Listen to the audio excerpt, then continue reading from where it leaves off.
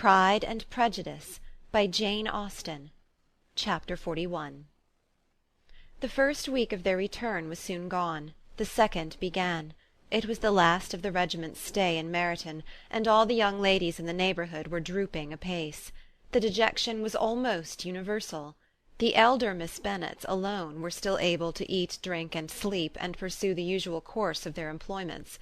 Very frequently were they reproached for this insensibility by Kitty and Lydia, whose own misery was extreme, and who could not comprehend such hard-heartedness in any of the family. "Good heaven! What is to become of us? What are we to do?" would they often exclaim in the bitterness of woe. "How can you be so smiling, Lizzie?" Their affectionate mother shared all their grief. She remembered what she had herself endured on a similar occasion 25 years ago. "I am sure," said she, "I cried for 2 days together when Colonel Miller's regiment went away. I thought I should have broken my heart." "I am sure I shall break mine," said Lydia. "If one could but go to Brighton," observed Mrs. Bennet. "Oh yes, if one could but go to Brighton, but papa is so disagreeable." "A little sea-bathing would set me up for ever." "And my aunt Phillips is sure it would do me a great deal of good," added Kitty. Such were the kind of lamentations resounding perpetually through Longbourn House. Elizabeth tried to be diverted by them, but all sense of pleasure was lost in shame. She felt anew the justice of Mr. Darcy's objections, and never had she been so much disposed to pardon his interference in the views of his friend. But the gloom of Lydia's prospect was shortly cleared away, for she received an invitation from Mrs. Forster, the wife of the colonel of the regiment, to accompany her to Brighton. This invaluable friend was a very young woman, and very lately married. A resemblance in good humour and good spirits had recommended her and Lydia to each other, and out of their 3 months' acquaintance they had been intimate 2. The rapture of Lydia on this occasion, her adoration of Mrs. Forster, the delight of Mrs. Bennet, and the mortification of Kitty, are scarcely to be described. Wholly inattentive to her sister's feelings, Lydia flew about the house in restless ecstasy, calling for every one's congratulations, and laughing and talking with more violence than ever, whilst the luckless Kitty continued in the parlour repined at her fate in terms as unreasonable as her accent was peevish. "I cannot see why Mrs. Forster should not ask me as well as Lydia," said she. "Though I am not her particular friend, I have just as much right to be asked as she has, and more too, for I am 2 years older." In vain did Elizabeth attempt to make her reasonable, and Jane to make her resigned. As for Elizabeth herself, this invitation was so far from exciting in her the same feelings as in her mother and Lydia, that she considered it as the death-warrant of all possibility of common sense for the latter, and detestable as such a step must make her were it known, she could not help secretly advising her father not to let her go. She represented to him all the improprieties of Lydia's general behaviour, the little advantage she could derive from the friendship of such a woman as Mrs. Forster, and the probability of her being yet more imprudent with such a companion at Brighton, where the temptations must be greater than at home. He heard her attentively, and then said, "Lydia will never be easy until she has exposed herself in some public place or other, and we can never expect her to do it with so little expense or inconvenience to her family as under the present circumstances." "If you were aware," said Elizabeth, "of the very great disadvantage to us all which must arise from the public notice of Lydia's unguarded and imprudent manner, nay, which has already arisen from it, I am sure you would judge differently in this affair." "Already arisen?" repeated Mr. Bennet. "What, has she frightened away some of your lovers? Poor little Lizzie! But do not be cast down. Such squeamish youths as cannot bear to be connected with a little absurdity are not worth a regret. Come, let me see the list of pitiful fellows who have been kept aloof by Lydia's folly." "Indeed you are mistaken. I have no such injuries to resent. It is not of particular, but of general evils, which I am now complaining. Our importance, our respectability in the world must be affected by the wild volatility, the assurance and disdain of all restraint which marks Lydia's character. Excuse me, for I must speak plainly. If you, my dear father, will not take the trouble of checking her exuberant spirits, and of teaching her that her present pursuits are not to be to the business of her life, she will soon be beyond the reach of amendment. Her character will be fixed, and she will, at 16, be the most determined flirt that ever made herself or her family ridiculous. A flirt, too, in the worst and meanest degree of flirtation, without any attraction beyond youth and a tolerable person, and from the ignorance and emptiness of her mind wholly unable to ward off any portion of that universal contempt which her rage for admiration will excite. In this danger Kitty also is comprehended. She will follow wherever Lydia leads. Vain, ignorant, idle, and absolutely uncontrolled. Oh, my dear father, can you suppose it possible that they will not be censured and despised wherever they are known, and that their sisters will not be often involved in the disgrace? Mr. Bennet saw that her whole heart was in the subject, and affectionately taking her hand, said in reply, "Do not make yourself uneasy, my love. Wherever you and Jane are known, you must be respected and valued, and you will not appear to less advantage for having a couple of, or I may say 3, very silly sisters. We shall have no peace at Longbourn if Lydia does not go to Brighton. Let her go, then. Colonel Forster is a sensible man, and will keep her out of any real mischief, and she is luckily too poor to be an object of prey to anybody. At Brighton she will be of less importance even as a common flirt than she has been here. The officers will find women better worth their notice.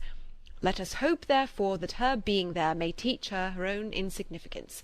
At any rate, she cannot grow many degrees worse, without authorizing us to lock her up for the rest of her life." With this answer Elizabeth was forced to be content, but her own opinion continued the same, and she left him disappointed and sorry. It was not in her nature, however, to increase her vexations by dwelling on them. She was confident of having performed her duty, and to fret over unavoidable evils, or augment them by anxiety, was no part of her disposition. Had Lydia and her mother known the substance of her conference with their father, their indignation would hardly have found expression in their united volubility. In Lydia's imagination, a visit to Brighton comprised every possibility of earthly happiness. She saw with the creative eye of fancy the streets of that gay bathing-place covered with officers. She saw herself the object of attention to tens and scores of them at present unknown. She saw all the glories of the camp, its tents stretched forth in beauteous uniformity of lines, crowded with the young and the gay, and dazzling with scarlet; and, to complete the view, she saw herself seated beneath a tent, tenderly flirting with at least 6 officers at once. Had she known her sister sought to tear her from such prospects and such realities as these, what would have been her sensations?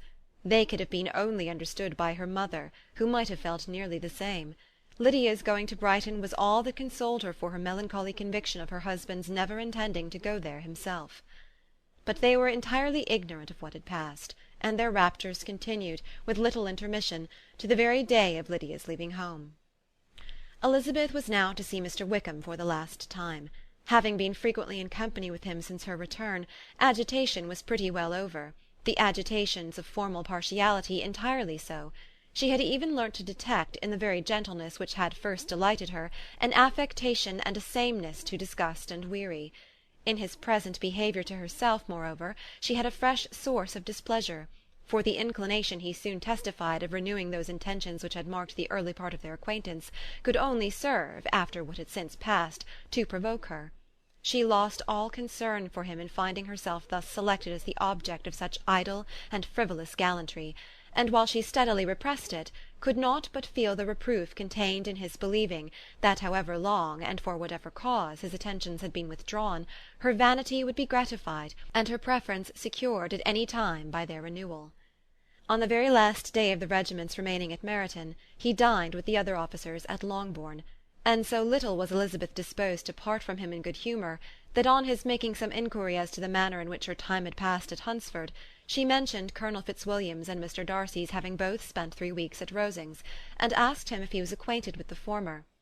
He looked surprised, displeased, alarmed, but with a moment's recollection and a returning smile, replied that he had formerly seen him often, and after observing that he was a very gentlemanlike man, asked her how she had liked him. Her answer was warmly in his favour. With an air of indifference he soon afterwards added, "How long did you say he was at Rosings?" "Nearly 3 weeks." "And you saw him frequently?" "Yes, almost every day." "His manners are very different from his cousin's?" "Yes, very different. But I think Mr. Darcy improves upon acquaintance." "Indeed! cried Mr. Wickham, with a look which did not escape her. "And pray, may I ask—" But checking himself, he added in a gayer tone, "Is it in address that he improves? Has he deigned to add aught of civility to his ordinary style? For I dare not hope," he continued in a lower and more serious tone, "that he is improved in essentials." "Oh no," said Elizabeth. "In essentials I believe he is very much what he ever was." While she spoke, Wickham looked as if scarcely knowing whether to rejoice over her words or to distrust their meaning. There was a something in her countenance which made him listen with an apprehensive and anxious attention, while she added, "When I said that he improved on acquaintance, I did not mean that his mind or his manners were in a state of improvement, but that from knowing him better, his disposition was better understood." Wickham's alarm now appeared in a heightened complexion and agitated look. For a few minutes he was silent, till, shaking off his embarrassment, he turned to her again, and said in the gentlest of accents, "You, who so well know my feeling towards Mr. Darcy, will readily comprehend how sincerely I must rejoice that he is wise enough to assume even the appearance of what is right. His pride in that direction may be of service, if not to himself, to many others, for it must only deter him from such foul misconduct as I have suffered by. I only fear that the sort of cautiousness to which you, I imagine, have been alluding, is merely adopted on his visits to his aunt, of whose good opinion and judgment he stands much in awe. His fear of her has always operated, I know, when they were together, and a good deal is to be imputed to his wish of forwarding the match with Mr. Berg, which I am certain he has very much at heart." Elizabeth could not repress a smile at this, but she answered only by a slight inclination of the head. She saw that he wanted to engage her on the old subject of his grievances, and she was in no humour to indulge him. The rest of the evening passed with the appearance, on his side, of usual cheerfulness, but with no further attempt to distinguish Elizabeth, and they parted at last with mutual civility, and possibly a mutual desire of never meeting again. When the party broke up, Lydia returned with Mrs. Forster to Meryton, from whence they were to set out early the next morning. The separation between her and her family was rather noisy than pathetic. Kitty was the only one who shed tears, but she did weep from vexation and envy. Mrs. Bennet was diffuse in her good wishes for the felicity of her daughter, and impressive in her injunctions that she should not miss the opportunity of enjoying herself as much as possible, advice which there was every reason to believe would be well attended to. And in the clamorous happiness of Lydia herself in bidding farewell, the more gentle adieus of her sisters were uttered without being heard. Chapter 41. Pride and Prejudice, by Jane Austen. Chapter 42. Had Elizabeth's opinion been all drawn from her own family, she could not have formed a very pleasing opinion of conjugal felicity or domestic comfort.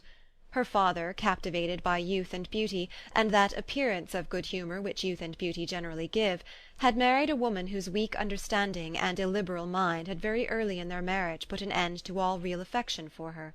Respect, esteem, and confidence had vanished for ever, and all his views of domestic happiness were overthrown. But Mr. Bennet was not of a disposition to seek comfort for the disappointment which his own imprudence had brought on, in any of those pleasures which too often console the unfortunate for their folly or their vice. He was fond of the country and of books, and from these tastes had arisen his principal enjoyments. To his wife he was very little otherwise indebted than as her ignorance and folly had contributed to his amusement. This is not the sort of happiness which a man would in general wish to owe to his wife, but where other powers of entertainment are wanting, the true philosopher will derive benefit from such as are given. Elizabeth, however, had never been blind to the impropriety of her father's behaviour as a husband. She had always seen it with pain, but respecting his abilities, and grateful for his affectionate treatment of herself, she endeavoured to forget what she could not overlook, and to banish from her thoughts that continual breach of conjugal obligation and decorum, which, in exposing his wife to the contempt of her own children, was so highly reprehensible. But she had never felt so strongly as now the disadvantages which must attend the children of so unsuitable a marriage, nor ever been so fully aware of the evils arising from so ill-judged a direction of talents. Talents which, rightly used, might at least have preserved the respectability of his daughters, even if incapable of enlarging the mind of his wife. When Elizabeth had rejoiced over Wickham's departure, she found little other cause for satisfaction in the loss of the regiment. Their parties abroad were less varied than before, and at home she had a mother and sister whose constant repinings at the dullness of everything around them threw a real gloom over their domestic circle. And though Kitty might in time regain her natural degree of sense, since the disturbers of her brain were removed, her other sister, from whose disposition greater evil might be apprehended, was likely to be hardened in all her folly and assurance by a situation of such double danger as a watering-place and a camp. Upon the whole, therefore, she found, what has been sometimes found before, that an event to which she had been looking forward with impatient desire did not, in taking place, bring all the satisfaction she had promised herself. It was consequently necessary to name some other period for the commencement of actual felicity, to have some other point on which her wishes and hopes might be fixed, and by again enjoying the pleasure of anticipation, console herself for the present, and prepare for another disappointment.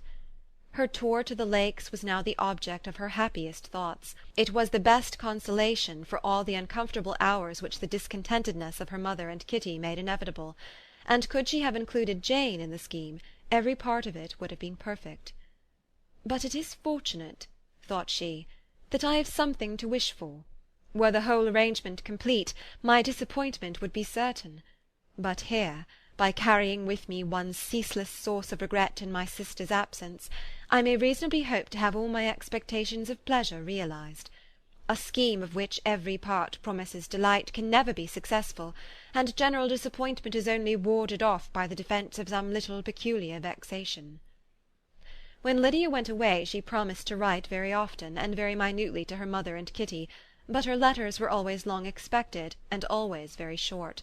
Those to her mother contained little else than that they were just returned from the library, where such and such officers had attended them, and where she had seen such beautiful ornaments as made her quite wild; that she had a new gown, or a new parasol, which she would have described more fully, but was obliged to leave off in a violent hurry, as Mrs. Forster called her and they were going off to the camp; and from her correspondence with her sister there was still less to be learnt, for her letters to Kitty, though rather longer, were much too full of lines under the words to be made public. After the first fortnight or 3 weeks of her absence, health, good humour, and cheerfulness began to reappear at Longbourn. Everything wore a happier aspect. The families who had been in town for the winter came back again, and summer finery and summer engagements arose. Mrs. Bennet was restored to her usual querulous serenity, and by the middle of June Kitty was so much recovered as to be able to enter Meryton without tears, an event of such happy promise as to make Elizabeth hope that by the following Christmas she might be so tolerably reasonable as to not mention an officer above once a day, unless by some cruel and malicious arrangement at the War Office another regiment should be quartered in Meryton. The time fixed for the beginning of their northern tour was now fast approaching, and a fortnight only was wanting of it, when a letter arrived from Mrs. Gardiner, which at once delayed its commencement and curtailed its extent.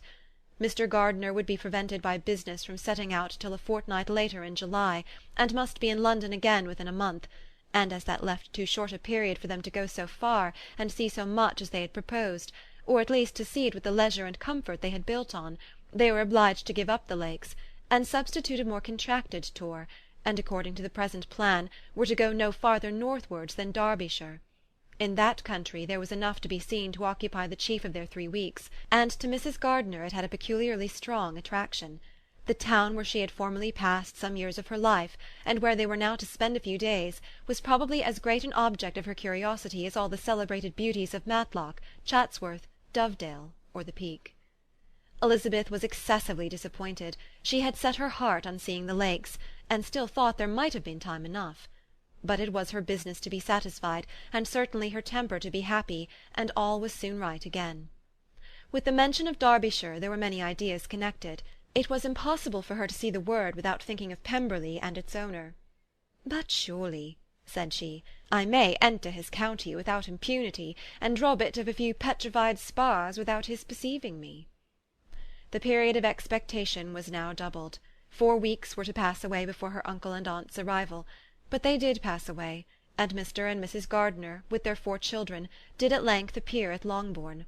The children, 2 girls of 6 and 8 years old, and 2 younger boys, were to be left under the particular care of their cousin Jane, who was the general favourite, and whose steady sense and sweetness of temper exactly adapted her for attending to them in every way, teaching them, playing with them, and loving them. The Gardiners stayed only one night at Longbourn, and set off the next morning with Elizabeth in pursuit of novelty and amusement. One enjoyment was certain, that of suitableness of companions, a suitableness which comprehended health and temper to bear inconveniences, cheerfulness to enhance every pleasure, and affection and intelligence, which might supply it among themselves, if there were disappointments abroad. It is not the object of this work to give a description of Derbyshire, nor of any of the remarkable places through which their route thither lay. Oxford, Blenheim, Warwick, Kenilworth, Birmingham, etc., are sufficiently known. A small part of Derbyshire is all the present concern. To the little town of Lambton, the scene of Mrs. Gardiner's former residence, and where she had lately learned some acquaintance still remained, they bent their steps, after having seen all the principal wonders of the country, and within 5 miles of Lambton, Elizabeth found from her aunt that Pemberley was situated.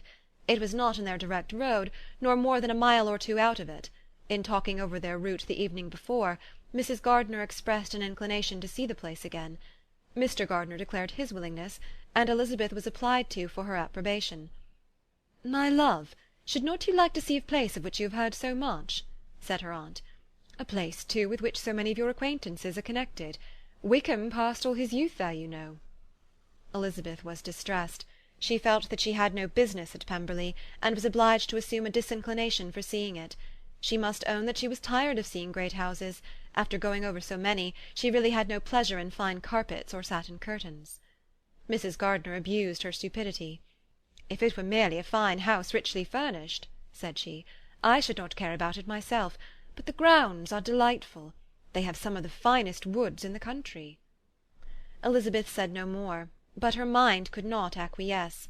The possibility of meeting Mr. Darcy, while viewing the place, instantly occurred. It would be dreadful. She blushed at the very idea, and thought it would be better to speak openly to her aunt than to run such a risk. But against this there were objections, and she finally resolved that it could be the last resource, if her private inquiries to the absence of the family were unfavourably answered. Accordingly, when she retired at night, she asked the chambermaid whether Pemberley were not a very fine place, what was the name of its proprietor, and, with no little alarm, whether the family were down for the summer. A most welcome negative followed the last question, and her alarms now being removed, she was at leisure to feel a great deal of curiosity to see the house herself, and when the subject was revived the next morning, and she was again applied to, could readily answer, and with a proper air of indifference, that she had not really any dislike to the scheme. To Pemberley, therefore, they were to go. Chapter 42. Pride and Prejudice, by Jane Austen. Chapter 43. Elizabeth, as they drove along, watched for the first appearance of Pemberley Woods with some perturbation, and when at last they turned in at the lodge, her spirits were in a high flutter. The park was very large, and contained great variety of ground. They entered it in one of its lowest points, and drove for some time through a beautiful wood stretching over a wide extent. Elizabeth's mind was too full for conversation, but she saw and admired every remarkable spot and point of view. They gradually ascended for a half-mile, and then found themselves at the top of a considerable eminence, where the wood ceased, and the eye was instantly caught by Pemberley House, situated on the opposite side of a valley, into which the road with some abruptness wound. It was a large, handsome stone building, standing well on rising ground, and backed by a ridge of high woody hills, and in front a stream of some natural importance was swelled into greater, but without any artificial appearance. Its banks were neither formal nor falsely adorned. Elizabeth was delighted. She had never seen a place for which nature had done more, or where natural beauty had been so little counteracted by an awkward taste. They were all of them warm in their admiration, and at that moment she felt that to be mistress of Pemberley might be something. They descended the hill, crossed the bridge, and drove to the door, and while examining the nearer aspect of the house, all her apprehension of meeting its owner returned. She dreaded lest the chambermaid had been mistaken. On applying to see the place, they were admitted into the hall, and Elizabeth, as they waited for the housekeeper, had leisure to wonder at her being where she was. The housekeeper came, a respectable-looking elderly woman, much less fine and more civil than she had any notion of finding her. They followed her into the dining-parlour.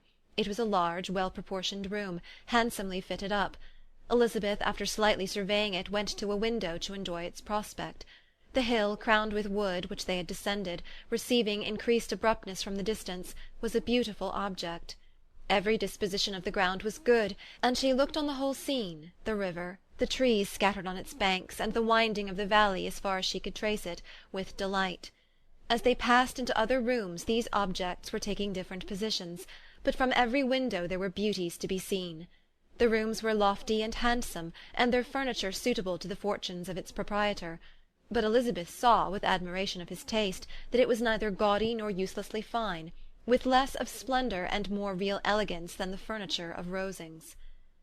"And of this place," thought she, "I might have been mistress. With these rooms I might now have been familiarly acquainted. Instead of viewing them as a stranger, I might have rejoiced in them as my own, and welcomed to them as visitors my aunt and uncle. But no," recollecting herself, "that could never be. My aunt and uncle would have been lost to me. I should not have been allowed to invite them." This was a lucky recollection. It saved her from something very like regret. She longed to inquire of the housekeeper whether her master was really absent, but had not the courage for it. At length, however, the question was asked by her uncle, and she turned away with alarm, while Mrs. Reynolds replied that he was, adding, "But we expect him to-morrow with a large party of friends." How rejoiced was Elizabeth that their own journey had not by any circumstance been delayed a day. Her aunt now called her to look at a picture. She approached, and saw the likeness of Mr. Wickham, suspended amongst several other miniatures, over the mantelpiece. Her aunt asked her smilingly how she liked it. The housekeeper came forward, and told them it was a picture of a young gentleman, the son of her late master's steward, who had been brought up by him at his own expense. "He is now gone into the army," she added, "but I am afraid he has turned out very wild." Mrs. Gardiner looked at her niece with a smile, but Elizabeth could not return it. "And that," said Mrs. Reynolds, pointing to another of the miniatures, "is my master, and very like him. It was drawn at the same time as the other, about 8 years ago." "I have heard much of your master's fine person," said Mrs. Gardiner, looking at the picture. "It is a handsome face. But, Lizzie, you can tell us whether it is like or not." Mrs. Reynolds' respect for Elizabeth seemed to increase on this intimation of her knowing her master. "Does that young lady know Mr. Darcy?"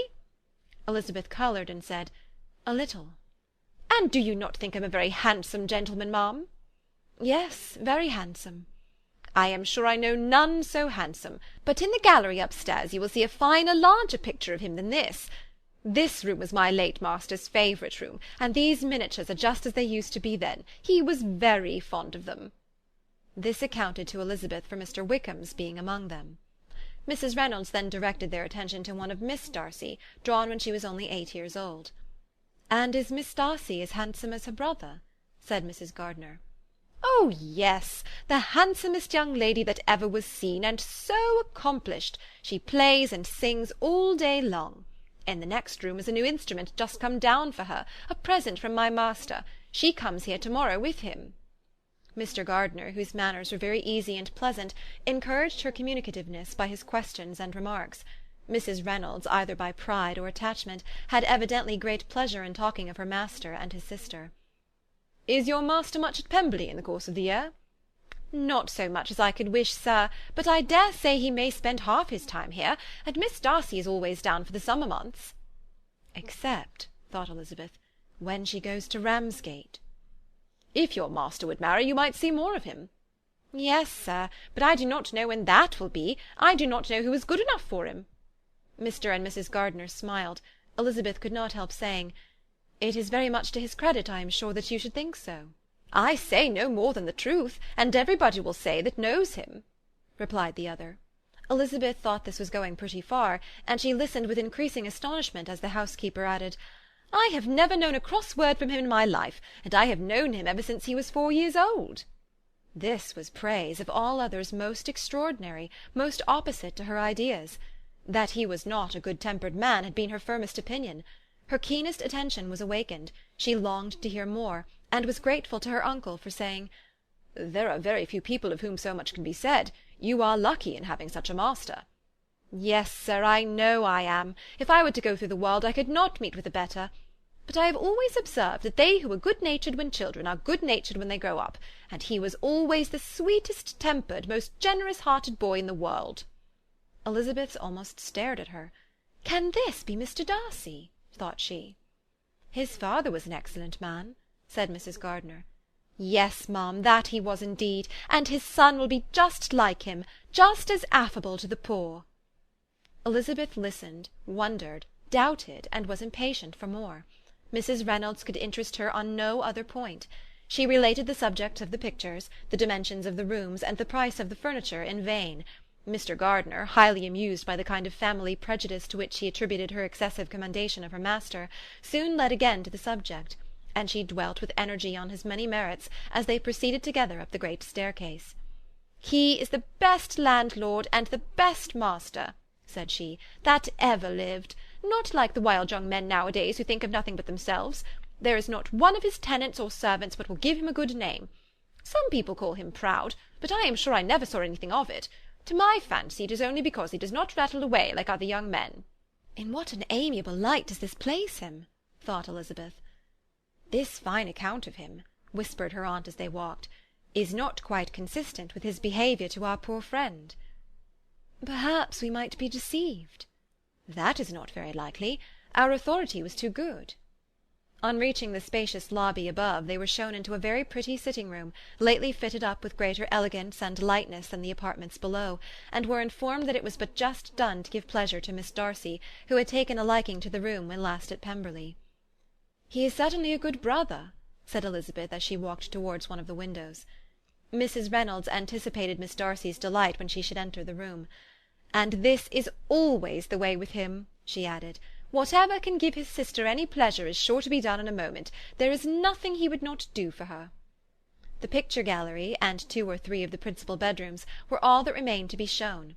In the former were many good paintings, but Elizabeth knew nothing of the art, and from such as had been already visible below, she had willingly turned to look at some drawings of Miss Darcy's, in crayons, whose subjects were usually more interesting, and also more intelligible.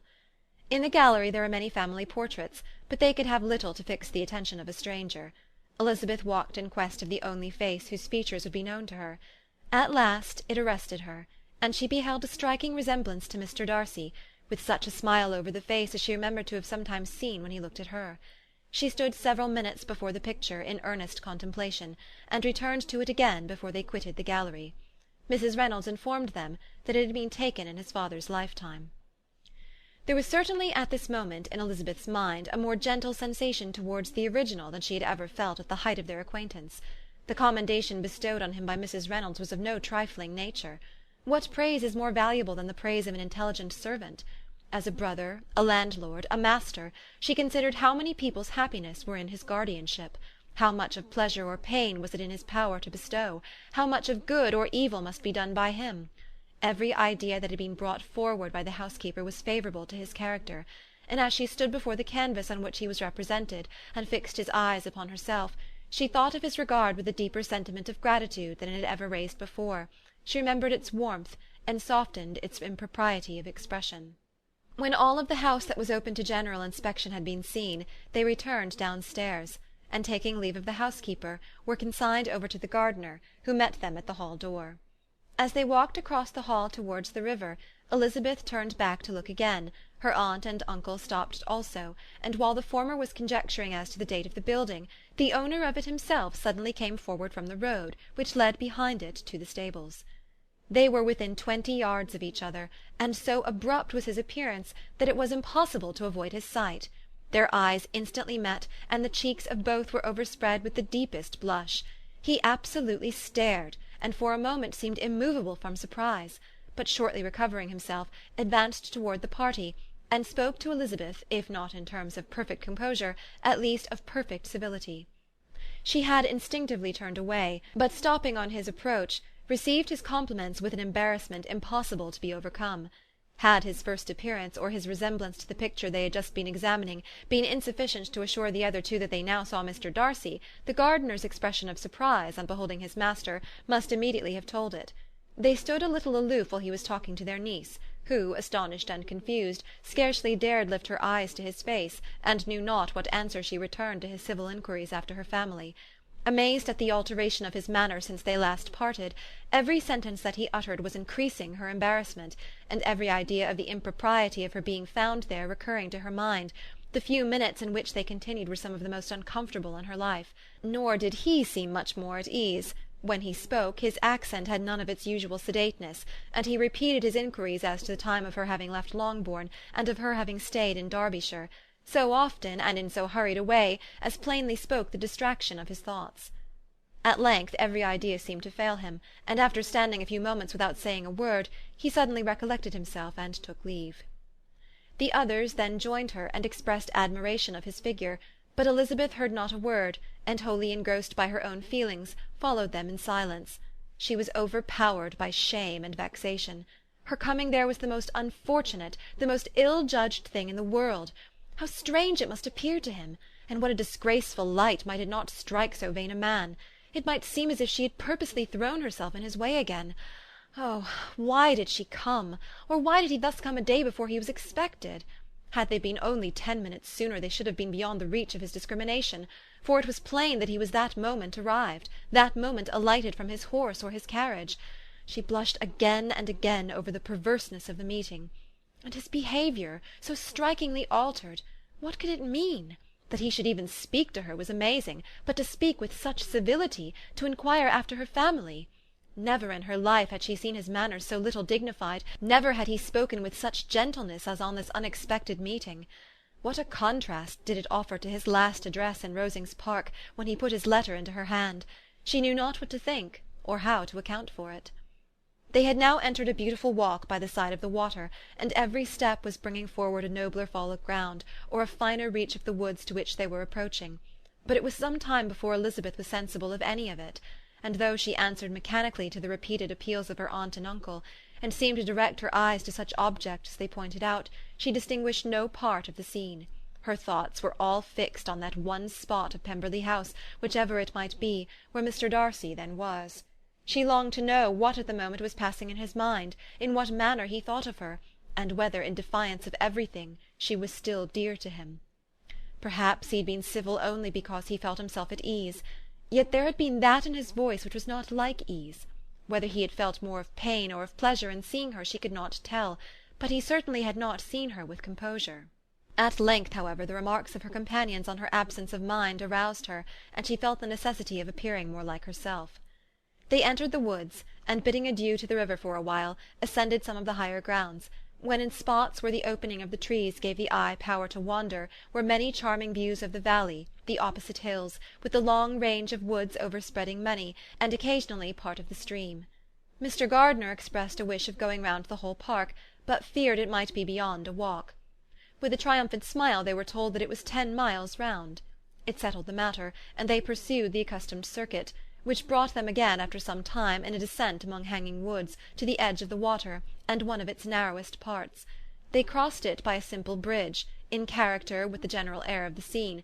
It was a spot less adorned than any they had yet visited, and the valley, here contracted into a glen, allowed room only for the stream, and a narrow walk amidst the rough coppice wood which bordered it.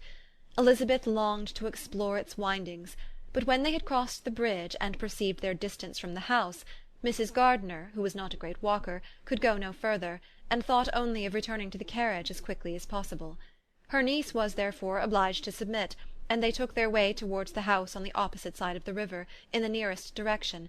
But their progress was slow, for Mr. Gardiner, though seldom able to indulge the taste, was very fond of fishing, and was so much engaged in watching the occasional appearance of some trout in the water, and talking to the man about them, that he advanced but little. Whilst wandering on in this slow manner, they were again surprised, and Elizabeth's astonishment was quite equal to what it had been at first, by the sight of Mr. Darcy approaching them, and at no great distance. The walk being here less sheltered than on the other side, allowed them to see him before they met. Elizabeth, however astonished, was at least more prepared for an interview than before, and resolved to appear and to speak with calmness, if he really intended to meet them. For a few moments, indeed, she felt that he would probably strike into some other path. The idea lasted while a turning in the walk concealed him from their view. The turning past, he was immediately before them. With a glance she saw that he had lost none of his recent civility, and, to imitate his politeness, she began, as they met, to admire the beauty of the place. But she had not got beyond the words "delightful" and "charming," when some unlucky recollections obtruded, and she fancied that praise of Pemberley from her might be mischievously construed. Her colour changed, and she said no more. Mrs. Gardiner was standing a little behind, and on her pausing, he asked her if she would do him the honour of introducing him to her friends. This was a stroke of civility for which she was quite unprepared, and could hardly suppress a smile at his being now seeking the acquaintance of some of those very people against whom his pride had revolted in his offer to herself. "What will be his surprise," thought she, "when he knows who they are? He takes them now for people of fashion." The introduction, however, was immediately made, and as she named their relationship to herself, she stole a sly look at him to see how he bore it, and was not without the expectation of his decamping as fast as he could from such disgraceful companions. That he was surprised by the connection was evident. He sustained it, however, with fortitude, and so far from going away, turned his back with them and entered into conversation with Mr. Gardiner. Elizabeth could not but be pleased, could not but triumph. It was consoling that he should know she had some relations for whom there was no need to blush. She listened most attentively to all that passed between them, and gloried in every expression, every sentence of her uncle, which marked his intelligence, his taste, or his good manners. The conversation soon turned upon fishing, and she heard Mr. Darcy invite him with the greatest civility to fish there as often as he chose while he continued in the neighbourhood, offering at the same time to supply him with fishing tackle, and pointing out those parts of the stream where there was most usually sport. Mrs. Gardiner, who was walking arm in arm with Elizabeth, gave her a look expressive of wonder. Elizabeth said nothing, but it gratified her exceedingly. The compliment must be all for herself. Her astonishment, however, was extreme, and continually was she repeating, "Why is he so altered? From what can it proceed? It cannot be for me, it cannot be for my sake that his manners are thus softened. My reproofs at Hunsford could not work such a change as this. It is impossible that he should still love me." After walking some time in this way, the two ladies in front, the two gentlemen behind, on resuming their places, after descending to the brink of the river for the better inspection of some curious water plant, there chanced to be a little alteration. It originated in Mrs. Gardiner, who, fatigued by the exercise of the morning, found Elizabeth's arm inadequate to her support, and consequently preferred her husband's. Mr. Darcy took her place by her niece, and they walked on together. After a short silence the lady first spoke. She wished him to know that she had been assured of his absence before she came to the place, and accordingly began by observing that his arrival had been very unexpected. "For your housekeeper," she added, "informed us that you would certainly not be here till to-morrow, and indeed, before we left Bakewell, we understood that you were not immediately expected in the country." He acknowledged the truth of it all, and said that business with his steward had occasioned his coming forward a few hours before the rest of the party with whom he had been travelling. "They will join me early to-morrow," he continued, "and among them are some who will claim an acquaintance with you, Mr. Bingley and his sisters." Elizabeth answered only by a slight bow. Her thoughts were instantly driven back to the time when Mr. Bingley's name had been the last mentioned between them, and if she might judge by his complexion, his mind was not very differently engaged. "There is also one other person in the party," he continued after a pause, "who more particularly wishes to be known to you. Will you allow me, or do I ask too much, to introduce my sister to your acquaintance during your stay at Lambton?" The surprise of such an application was great indeed. It was too great for her to know in what manner she acceded to it. She immediately felt that whatever desire Miss Darcy might have of being acquainted with her must be the work of her brother, and without looking farther, it was satisfactory. It was gratifying to know that his resentment had not made him think really ill of her. They now walked on in silence, each of them deep in thought. Elizabeth was not comfortable. That was impossible, but she was flattered and pleased. His wish of introducing his sister to her was a compliment of the highest kind. They soon outstripped the others, and when they had reached the carriage, Mr. and Mrs. Gardiner were half a quarter of a mile behind. He then asked her to walk into the house, but she declared herself not tired, and they stood together on the lawn. At such a time much might have been said, and silence was very awkward. She wanted to talk, but there seemed to be an embargo on every subject. At last she recollected that she had been travelling, and they talked of Matlock and Dovedale with great perseverance. Yet time and her aunt moved slowly, and her patience and her ideas were nearly worn out before the tete-a-tete was over. On Mr. and Mrs. Gardiner's coming up, they were all pressed to go into the house and take some refreshment, but this was declined, and they parted on each side with utmost politeness. Mr. Darcy handed the ladies into the carriage, and when it drove off, Elizabeth saw him walking slowly towards the house. The observations of her uncle and aunt now began, and each of them pronounced him to be infinitely superior to anything they had expected.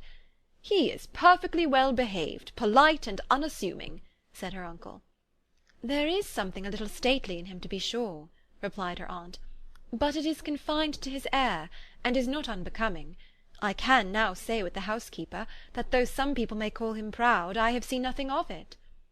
"I was never more surprised than by his behaviour to us. It was more than civil, it was really attentive, and there was no necessity for such attention. His acquaintance with Elizabeth was very trifling." "To be sure, Lizzy," said her aunt, "he is not so handsome as Wickham, or rather he has not Wickham's countenance, for his features are perfectly good. But how came you to tell me that he was so disagreeable?" Elizabeth excused herself as well as she could, said that she had liked him better when they had met in Kent than before, and that she had never seen him so pleasant as this morning. "But perhaps he may be a little whimsical in his civilities," replied her uncle. "Your great men often are, and I shall not take him at his word, as he might change his mind another day and warn me off his grounds." Elizabeth felt that they had entirely misunderstood his character, but said nothing. "From what we have seen of him," continued Mrs. Gardiner, "I really should not have thought that he could have behaved in so cruel a way by anybody as he has done by poor Wickham. He has not an ill-natured look. On the contrary, there is something pleasing about his mouth when he speaks, and there is something of dignity in his countenance that would not give one an unfavourable idea of his heart. But, to be sure, the good lady who showed us his house did give him a most flaming character. I could hardly help laughing aloud sometimes. But he is a liberal master, I suppose, and that in the eye of a servant comprehends every virtue." Elizabeth here felt herself called on to say something in vindication of his behaviour to Wickham, and therefore gave them to understand, in as guarded a manner as she could, that by what she had heard from his relations in Kent, his actions were capable of a very different construction, and that his character was by no means so faulty, nor Wickham's so amiable as they had been considered in Hertfordshire.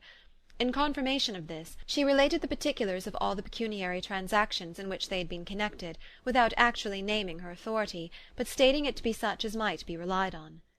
Mrs. Gardiner was surprised and concerned, but as they were now approaching the scene of her former pleasures, every idea gave way to the charm of recollection, and she was too much engaged in pointing out to her husband all the interesting spots in its environs to think of anything else. Fatigued as she had been by the morning's walk, they had no sooner dined than she set off again in quest of her former acquaintance, and the evening was spent in the satisfactions of an intercourse renewed after many years' discontinuance. The occurrences of the day were too full of interest to leave Elizabeth much attention for any of these new friends, and she could do nothing but think, and think with wonder, of Mr. Darcy's civility, and above all, of his wishing her to be acquainted with his sister. Chapter 43. Pride and Prejudice, by Jane Austen. Chapter 44. Elizabeth had settled it that Mr. Darcy would bring his sister to visit her the very day after her reaching Pemberley, and was consequently resolved not to be out of sight of the inn the whole of that morning. But her conclusion was false, for on the very morning after their arrival at Lambton these visitors came. They had been walking about the place with some of their new friends, and were just returning to the inn to dress themselves for dining with the same family, when the sound of a carriage drew them to the window, and they saw a gentleman and a lady in a curricle driving up the street. Elizabeth, immediately recognizing the livery, guessed what it meant, and imparted no small degree of her surprise to her relations by acquainting them with the honour which she expected. Her uncle and aunt were all amazement, and the embarrassment of her manner as she spoke, joined to the circumstance itself, and many of the circumstances of the preceding day, opened to them a new idea on the business. Nothing had ever suggested it before, but they felt that there was no other way of accounting for such attentions from such a quarter than by supposing a partiality for their niece. While these newly born notions were passing in their heads, the perturbation of Elizabeth's feelings was at every moment increasing. She was quite amazed at her own discomposure, but amongst other causes of disquiet, she dreaded lest the partiality of the brother should have said too much in her favour, and more than commonly anxious to please, she naturally suspected that every power of pleasing would fail her. She retreated from the window, fearful of being seen, and as she walked up and down the room, endeavouring to compose herself, saw such looks of inquiring surprise in her uncle and aunt as made everything worse. Miss Darcy and her brother appeared, and this formidable introduction took place. With astonishment did Elizabeth see that her new acquaintance was at least as much embarrassed as herself. Since her being at Lambton, she had heard that Miss Darcy was exceedingly proud, but the observation of a very few minutes convinced her that she was only exceedingly shy. She found it difficult to obtain even a word from her beyond a monosyllable. Miss Darcy was tall, and on a larger scale than Elizabeth, and though little more than 16, her figure was formed and her appearance womanly and graceful. She was less handsome than her brother, but there was sense and good humour in her face, and her manners were perfectly unassuming and gentle. Elizabeth, who had expected to find in her as acute and unembarrassed an observer as ever Mr. Darcy had been, was much relieved by discerning such different feelings. They had not long been together before Mr. Darcy told her that Bingley was also coming to wait on her, and she had barely time to express her satisfaction and prepare for such a visitor, when Bingley's quick step was heard on the stairs, and in a moment he entered the room. All Elizabeth's anger against him had been long done away, but had she still felt any, it could hardly have stood its ground against the unaffected cordiality with which he expressed himself on seeing her again. He inquired in a friendly, though general way, after her family, and looked and spoke with the same good-humoured ease that he had ever done. To Mr. and Mrs. Gardiner he was scarcely a less interesting personage than to herself. They had long wished to see him.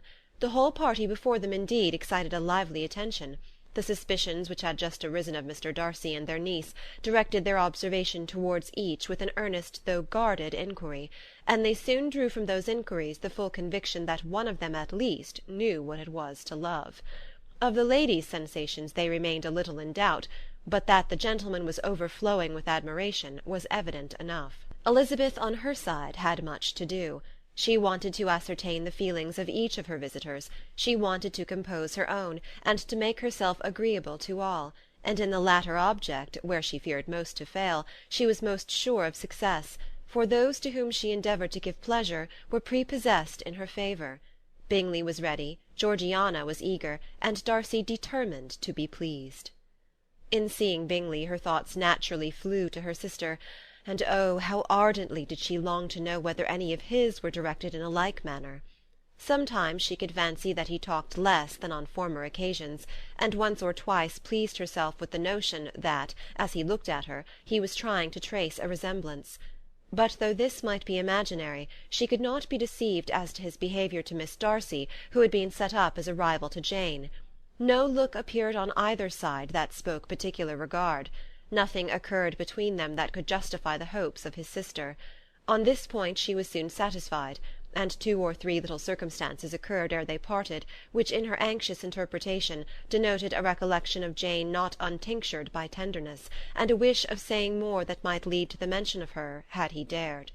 He observed to her at a moment when the others were talking together, and in a tone which had something of real regret, that "it was a very long time since he had had the pleasure of seeing her," and before she could reply he added, "It is above 8 months. We have not met since the 26th of November, when we were all dancing together at Netherfield."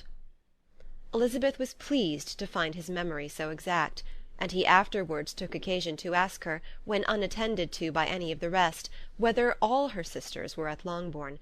There was not much in the question, nor in the preceding remark, but there was a look and a manner which gave them meaning.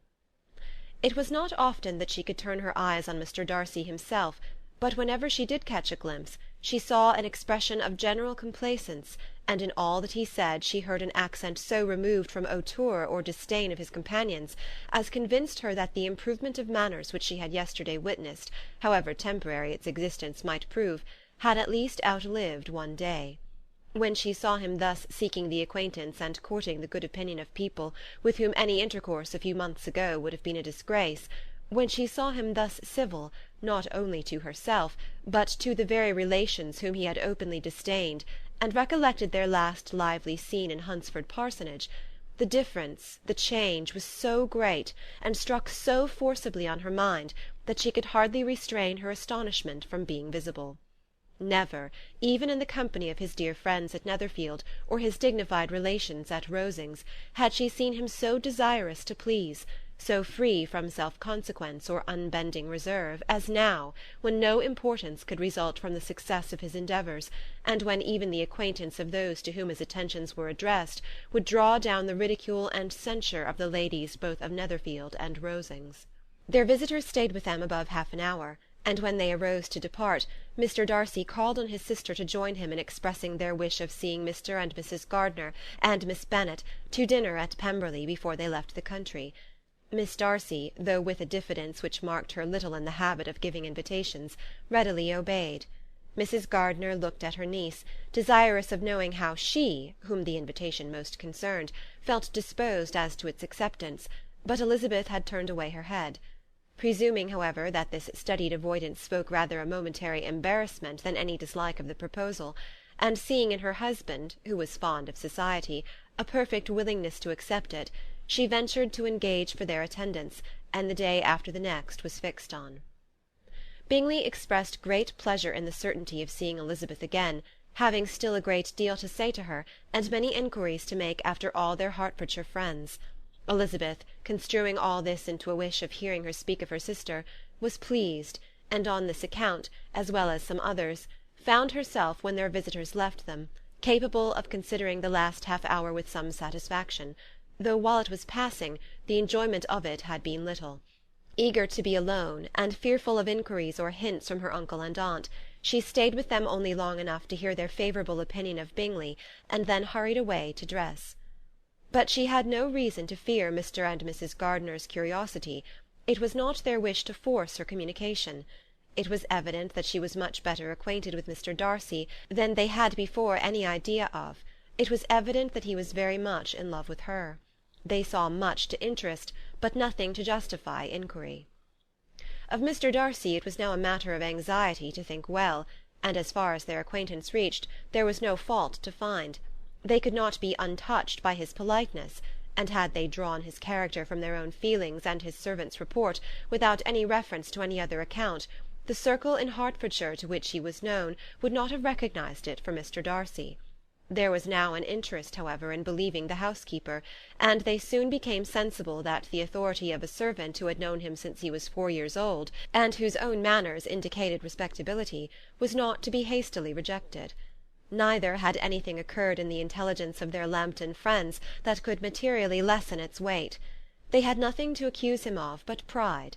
Pride he probably had, and if not, it would certainly be imputed by the inhabitants of a small market town where the family did not visit. It was acknowledged, however, that he was a liberal man, and did much good among the poor. With respect to Wickham, the travellers soon found that he was not held there in much estimation, for though the chief of his concerns with the son of his patron were imperfectly understood, it was yet a well-known fact that, on his quitting Derbyshire, he had left many debts behind him, which Mr. Darcy had afterwards discharged. As for Elizabeth, her thoughts were at Pemberley this evening more than the last, and the evening, though as it passed it seemed long, was not long enough to determine her feelings towards one in that mansion, and she lay awake 2 whole hours endeavouring to make them out. She certainly did not hate them. No, hatred had vanished long ago, and she had almost as long been ashamed of ever feeling a dislike against him that could be so called. The respect created by the conviction of his valuable qualities, though at first unwillingly admitted, had for some time ceased to be repugnant to her feeling, and it was now heightened into somewhat of a friendlier nature, by the testimony so highly in his favour, and bringing forward his disposition in so amiable a light, which yesterday had produced. But above all, above respect and esteem, there was a motive within her of goodwill which could not be overlooked. It was gratitude. Gratitude not merely for having once loved her, but for loving her still well enough to forgive all the petulance and acrimony of her manner in rejecting him, and all the unjust accusations accompanying her rejection. He, who, she had been persuaded, would avoid her as his greatest enemy, seemed, on this accidental meeting, most eager to preserve the acquaintance, and without any indelicate display of regard, or any peculiarity of manner, where their 2 selves only were concerned, was soliciting the good opinion of her friends, and bent on making her known to his sister. Such a change in a man of so much pride exciting not only astonishment but gratitude, for to love, ardent love, it must be attributed, and as such its impression on her was of a sort to be encouraged, as by no means unpleasing, though it could not be exactly defined. She respected, she esteemed, she was grateful to him, she felt a real interest in his welfare, and she only wanted to know how far she wished that welfare to depend upon herself, and how far it would be for the happiness of both that she should employ the power, which her fancy told her she still possessed, of bringing on her the renewal of his addresses. It had been settled in the evening between the aunt and the niece that such a striking civility as Miss Darcy's in coming to see them on the very day of her arrival at Pemberley, for she had reached it only to a late breakfast, ought to be imitated, though it could not be equalled, by some exertion of politeness on their side, and consequently that it would be highly expedient to wait on her at Pemberley the following morning. They were therefore to go. Elizabeth was pleased, though when she asked herself the reason, she had very little to say in reply. Mr. Gardiner left them soon after breakfast. The fishing scheme had been renewed the day before, and a positive engagement made of his meeting some of the gentlemen at Pemberley before noon. End of Chapter 44. Pride and Prejudice by Jane Austen. Chapter 45. Convinced as Elizabeth now was that Miss Bingley's dislike of her had originated in jealousy, she could not help feeling how unwelcome her appearance at Pemberley must be to her, and was curious to know with how much civility on that lady's side the acquaintance would now be renewed. On reaching the house, they were shown through the hall into the saloon, whose northern aspect rendered it delightful for summer. Its windows opening to the ground admitted a most refreshing view of the high woody hills behind the house, and of the beautiful oaks and Spanish chestnuts which were scattered over the intermediate lawn. In this house they were received by Miss Darcy, who was sitting there with Mrs. Hurst and Miss Bingley, and the lady with whom she lived in London. Georgiana's reception of them was very civil, but attended with all the embarrassment which, though proceeding from shyness and the fear of doing wrong, would easily give to those who felt themselves inferior the belief of her being proud and reserved. Mrs. Gardiner and her niece, however, did her justice, and pitied her. By Mrs. Hurst and Miss Bingley they were noticed only by a curtsy, and on their being seated, a pause, awkward as such pauses must always be, succeeded for a few moments. It was first broken by Mrs. Annesley, a genteel, agreeable-looking woman, whose endeavour to introduce some kind of discourse proved her to be more truly well-bred than either of the others, and between her and Mrs. Gardiner, with occasional help from Elizabeth, the conversation was carried on. Miss Darcy looked as if she wished for courage enough to join in it, and sometimes did venture a short sentence when there was least danger of its being heard. Elizabeth soon saw that she was herself closely watched by Miss Bingley, and that she could not speak a word, especially to Miss Darcy, without calling her attention. This observation would not have prevented her from trying to talk to the latter, had they not been seated at an inconvenient distance, but she was not sorry to be spared the necessity of saying much. Her own thoughts were employing her. She expected every moment that some of the gentlemen would enter the room. She wished, she feared that the master of the house might be amongst them, and whether she wished or feared it most, she could scarcely determine. After sitting in this manner a quarter of an hour without hearing Miss Bingley's voice, Elizabeth was roused by receiving from her a cold inquiry after the health of her family. She answered with equal indifference and brevity, and the others said no more. The next variation which their visit afforded was produced by the entrance of servants with cold meat, cake, and a variety of all the finest fruits in season. But this did not take place till after many a significant look and smile from Mrs. Annesley to Miss Darcy had been given, to remind her of her post. There was now employment for the whole party, for though they could not all talk, they could all eat, and the beautiful pyramids of grapes, nectarines, and peaches soon collected them round the table.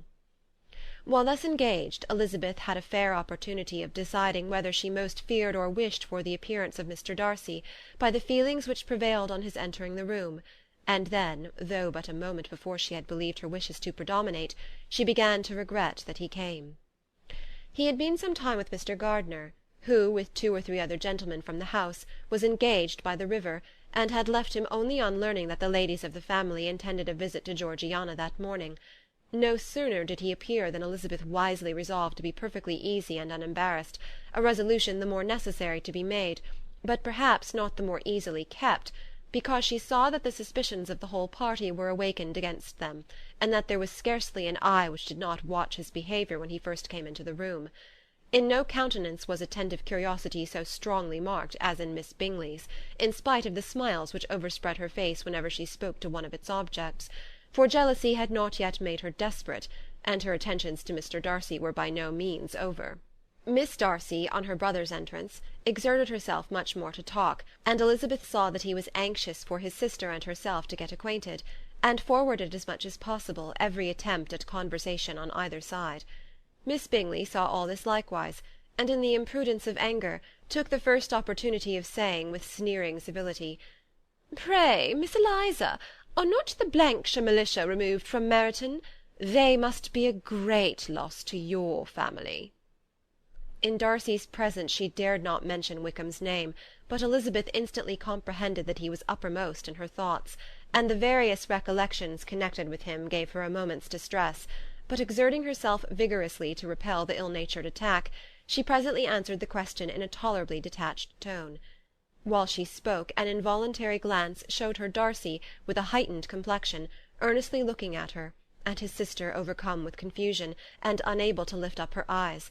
Had Miss Bingley known what pain she was then giving her beloved friend, she undoubtedly would have refrained from the hint, but she had merely intended to discompose Elizabeth by bringing forward the idea of a man to whom she believed her partial, and to make her betray a sensibility which might injure her in Darcy's opinion, and perhaps to remind the latter of all the follies and absurdities by which some part of her family were connected with that corps.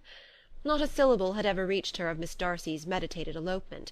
To no creature had it been revealed, where secrecy was possible, except to Elizabeth, and from all Bingley's connections her brother was particularly anxious to conceal it, from the very wish which Elizabeth had long ago attributed to him, of their becoming hereafter her own. He had certainly formed such a plan, and without meaning that it should affect his endeavour to separate him from Miss Bennet, it is probable that it might add something to his lively concern for the welfare of his friend. Elizabeth's collected behaviour, however, soon quieted his emotion, and as Miss Bingley, vexed and disappointed, dared not approach nearer to Wickham, Georgiana also recovered in time, though not enough to be able to speak any more. Her brother, whose eyes she feared to meet, scarcely recollected her interest in the affair, and the very circumstance which had been designed to turn his thoughts from Elizabeth seemed to have fixed them on her more and more cheerfully.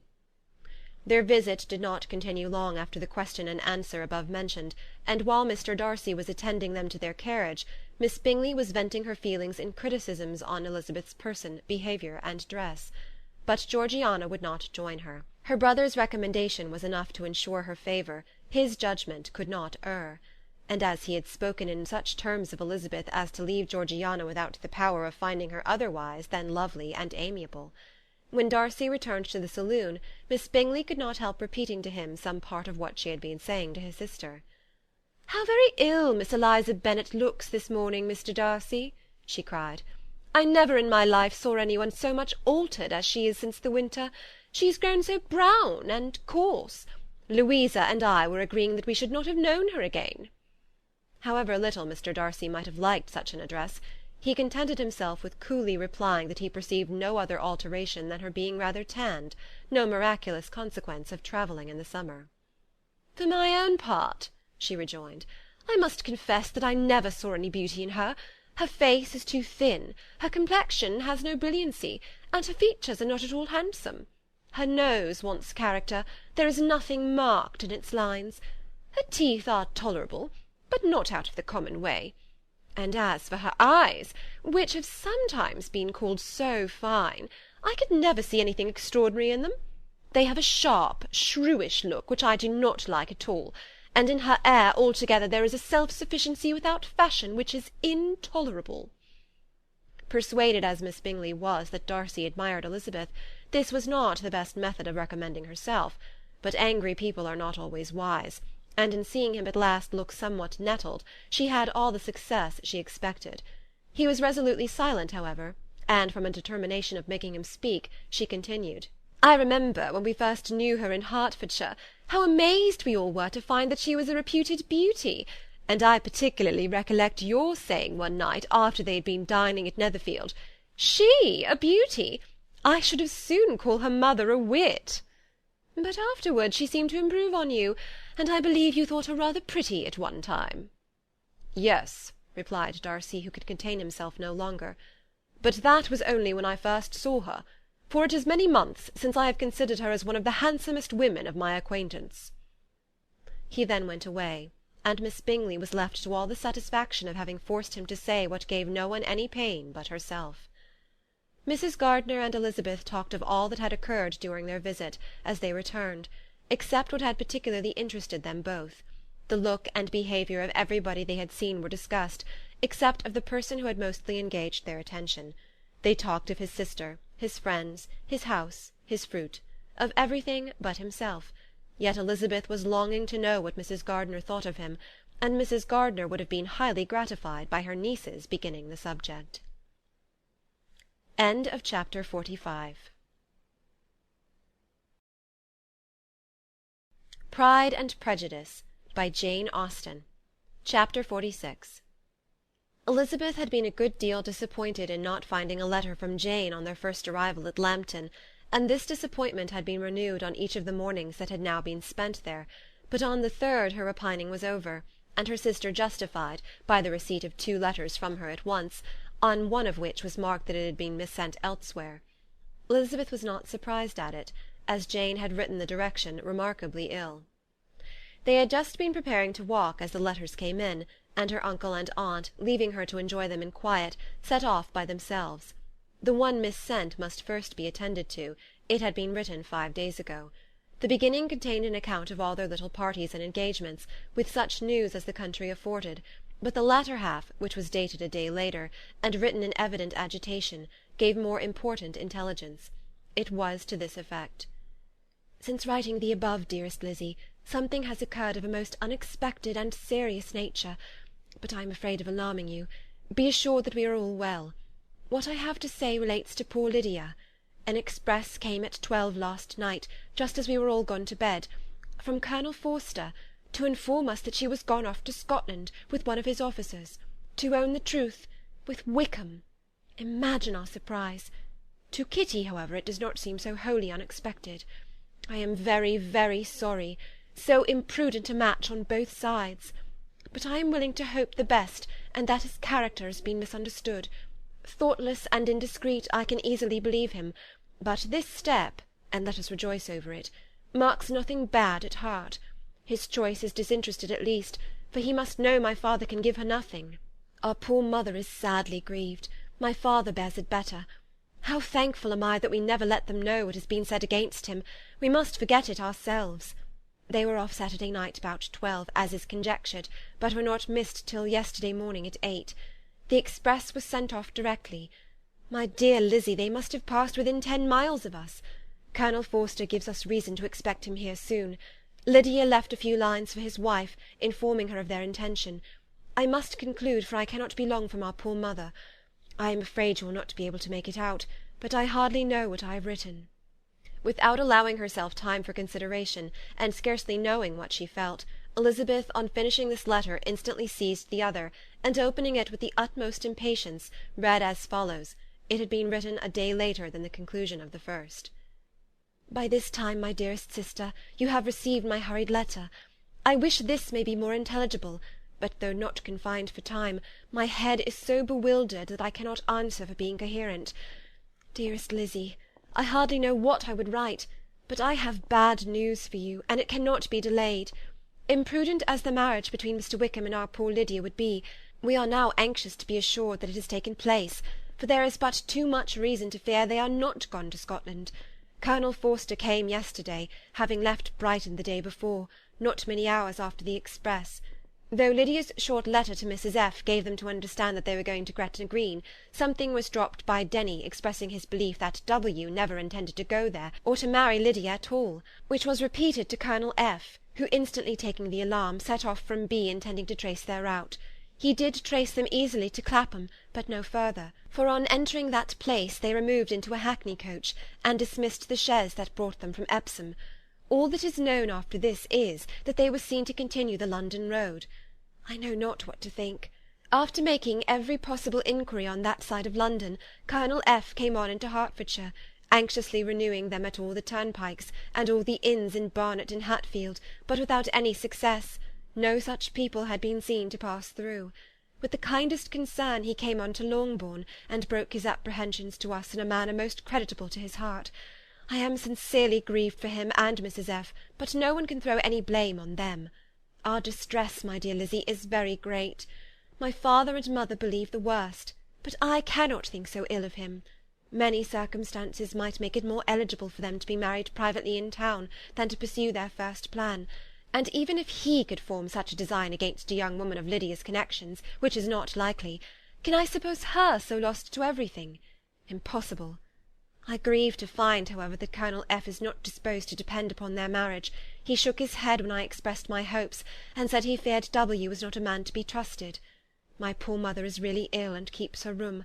Could she exert herself, it would be better, but this is not to be expected.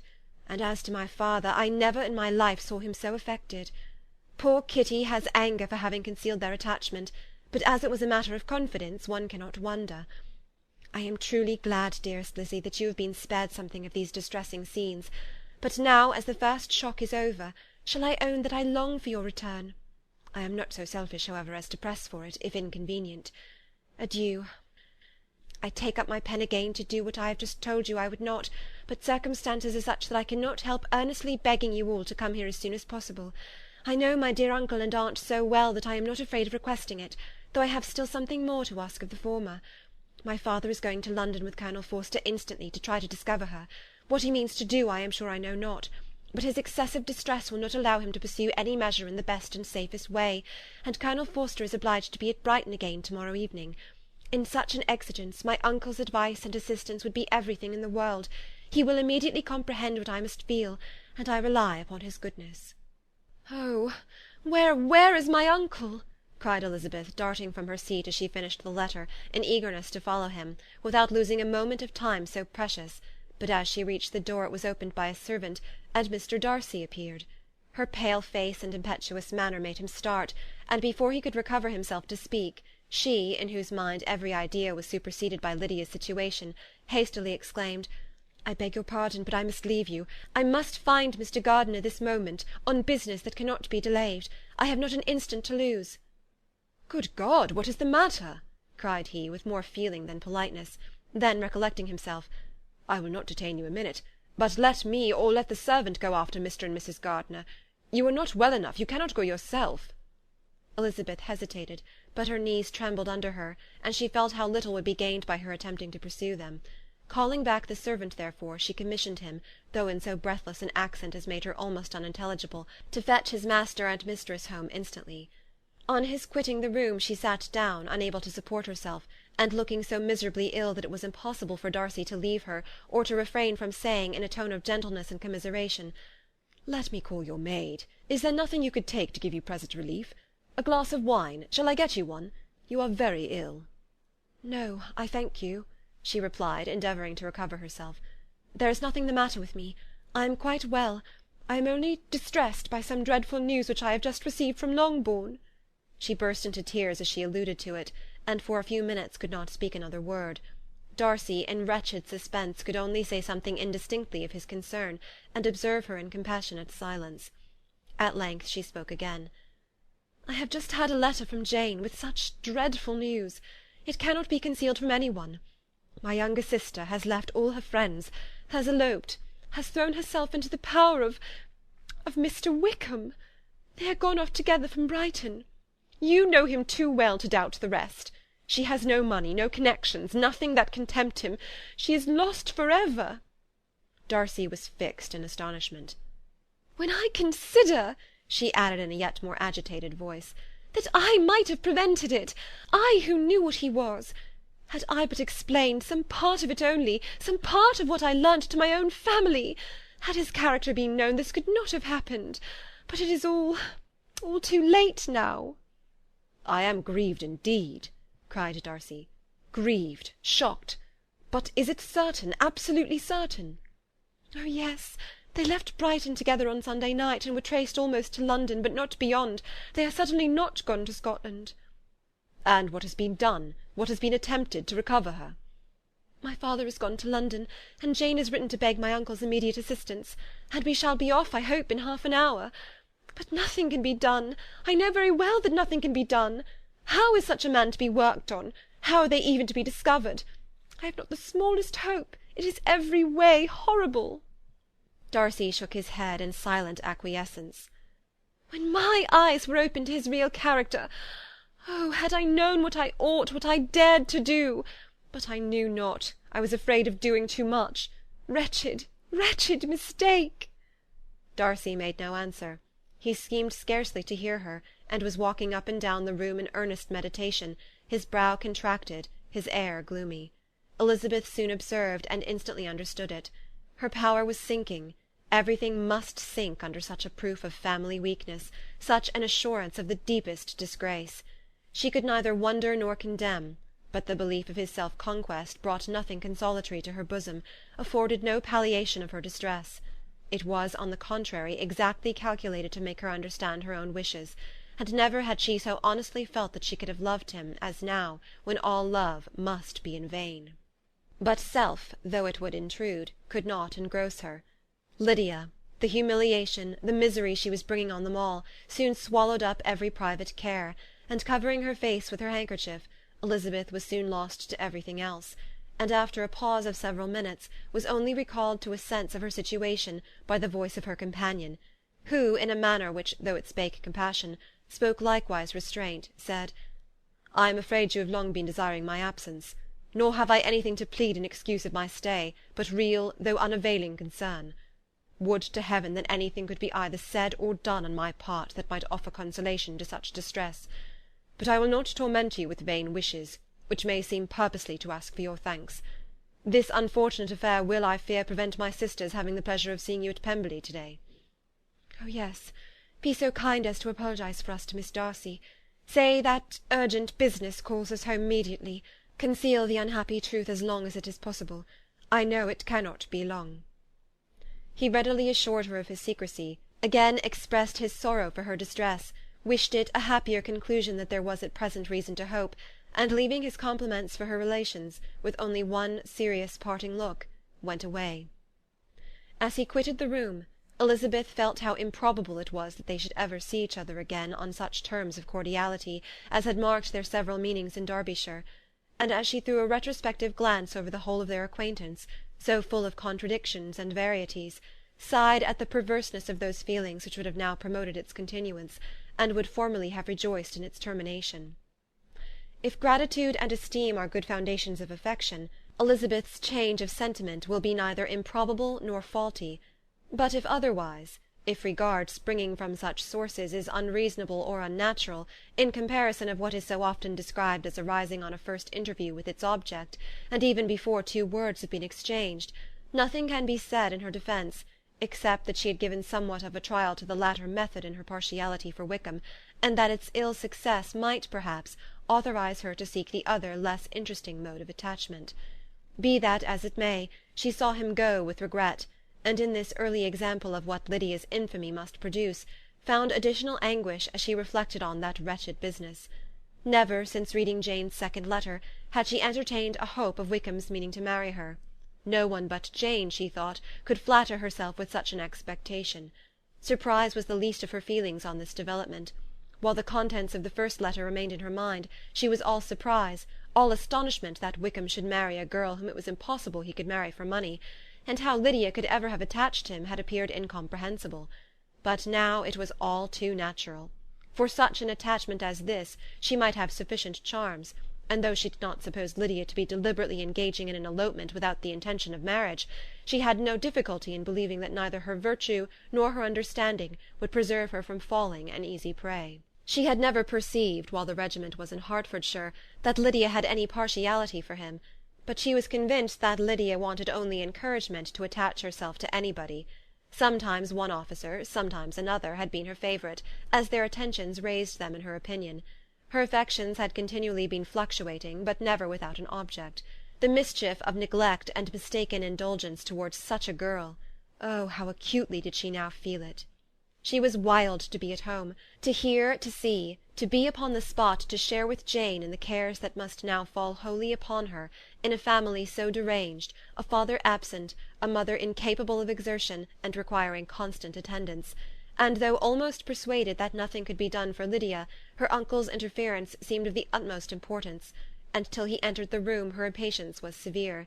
Mr. and Mrs. Gardiner had hurried back in alarm, supposing by the servant's account that their niece was taken suddenly ill, but satisfying them instantly on that head, she eagerly communicated the cause of their summons, reading the 2 letters aloud, and dwelling on the postscript of the last with trembling energy. Though Lydia had never been a favourite with them, Mr. and Mrs. Gardiner could not be but deeply afflicted.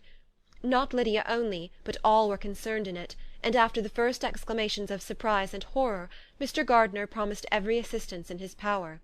Elizabeth, though expecting no less, thanked him with tears of gratitude, and all 3 being actuated by one spirit, everything relating to their journey was speedily settled. They were to be off as soon as possible. "But what is to be done about Pemberley?" cried Mrs. Gardiner.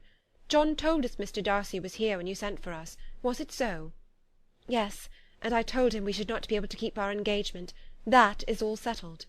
"What is all settled?" repeated the other, as she ran into her room to prepare.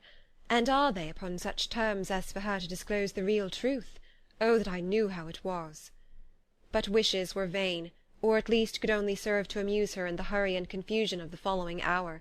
Had Elizabeth been at leisure to be idle, she would have remained certain that all employment was impossible to one so wretched as herself, but she had her share of business as well as her aunt, and amongst the rest were notes to be written to all their friends at Lambton, with false excuses for their sudden departure. An hour, however, saw the whole completed, and Mr. Gardiner meanwhile having settled his account at the inn, nothing remained to be done but to go. And Elizabeth, after all the misery of the morning, found herself in a shorter space of time than she could have supposed, seated in the carriage, and on the road to Longbourn. End of chapter 46.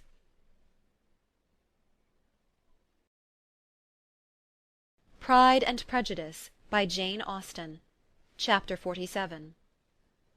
"I have been thinking it over again, Elizabeth," said her uncle as they drove from the town, "and really, upon serious consideration, I am much more inclined than I was to judge as your eldest sister does on the matter. It appears to me so very unlikely that any young man should form such a design against a girl who is by no means unprotected or friendless, and who is actually staying in his colonel's family, that I am strongly inclined to hope the best. Could he expect that her friends would not step forward? Could he expect to be noticed again by the regiment after such an affront to Colonel Forster? His temptation is not adequate to the risk." "Do you really think so?" cried Elizabeth, brightening up for a moment. "Upon my word," said Mrs. Gardiner, "I begin to be of your uncle's opinion. It is really too great a violation of decency, honour, and interest, for him to be guilty of. I cannot think so very ill of Wickham. Can you yourself, Lizzie, so wholly give him up, as to believe him capable of it?" "Not, perhaps, of neglecting his own interest, but of every other neglect I can believe him capable, if indeed it should be so. But I dare not hope it. Why should they not go on to Scotland, if that had been the case?" "In the first place," replied Mr. Gardiner, "there is no absolute proof that they are not gone to Scotland." "Oh, but their removing from the chaise into a hackney coach is such a presumption, and besides, no traces of them were to be found on the Barnet road." "Well, then, supposing them to be in London, they may be there, though for the purpose of concealment, for no more exceptional purpose. It is not likely that money should be very abundant on either side, and it might strike them that they could be more economically, though less expeditiously, married in London than in Scotland." "But why all this secrecy? Why any fear of detection? Why must their marriage be private? Oh, no, no, this is not likely. His most particular friend, you see by Jane's account, was persuaded of his never intending to marry her. Wickham will never marry a woman without some money. He cannot afford it. And what claims has Lydia? What attraction has she beyond youth, health, and good humour that could make him, for her sake, forego every chance of benefiting himself by marrying well? As to what restraint the apprehensions of disgrace in the corps might throw on a dishonourable elopement with her, I am not able to judge, for I know nothing of the effects that such a step might produce. But as to your other objection, I am afraid it will hardly hold good. Lydia has no brothers to step forward, and he might imagine from my father's behaviour, from his indolence and the little attention he has ever seemed to give to what was going forward in his family, that he would do as little, and think as little about it, as any father could do in such a matter." "But can you think that Lydia is so lost to everything but love of him, as to consent to live with him on any terms other than marriage?" "It does seem, and it is most shocking indeed," replied Elizabeth with tears in her eyes, "that a sister's sense of decency and virtue in such a point could admit of doubt. But really I know not what to say. Perhaps I am not doing her justice. But she is very young. She has never been taught to think on serious subjects, and for the last half year, Nay, for a 12-month, she has been given up to nothing but amusement and vanity. She has been allowed to dispose of her time in the most idle and frivolous manner, and to adopt any opinions that came in her way. Since the Blankshire were first quartered in Meryton, nothing but love, flirtation, and offices have been in her head. She has been doing everything in her power, by thinking and talking on the subject, to give greater—what shall I call it?—susceptibility to her feelings, which are naturally lively enough.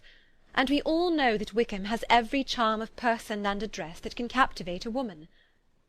But you see that Jane, said her aunt, does not think so very ill of Wickham as to believe him capable of the attempt. Of whom does Jane ever think ill? And who is there, whatever might be their former conduct, that she would think capable of such an attempt, till it were proved against them? But Jane knows, as well as I do, what Wickham really is. We both know that he has been profligate in every sense of the word, that he has neither integrity nor honour, that he is as false and deceitful as he is insinuating. And do you really know all this? cried Mrs. Gardiner, whose curiosity as to the mode of her intelligence was all alive. I do indeed, replied Elizabeth, colouring. I told you the other day of his infamous behaviour to Mr. Darcy, and you yourself, when last at Longbourn, heard in what manner he spoke of the man who had behaved with such forbearance and liberality towards him. And there are other circumstances which I am not at liberty, which it is not worth while to relate, but his lies about the whole Pemberley family are endless. From what he said of Miss Darcy, I was thoroughly prepared to see a proud, reserved, disagreeable girl. Yet he knew to the contrary himself. He must know that she was as amiable and unpretending as we have found her. But does Lydia know nothing of this? Can she be as ignorant of what you and Jane seem so well to understand? Oh, yes, that is the worst of it all. Till I was in Kent, and saw so much both of Mr. Darcy and his relation Colonel Fitzwilliam, I was ignorant of the truth myself. And when I returned home, the Blankshire was to leave Meryton a week or fortnight's time.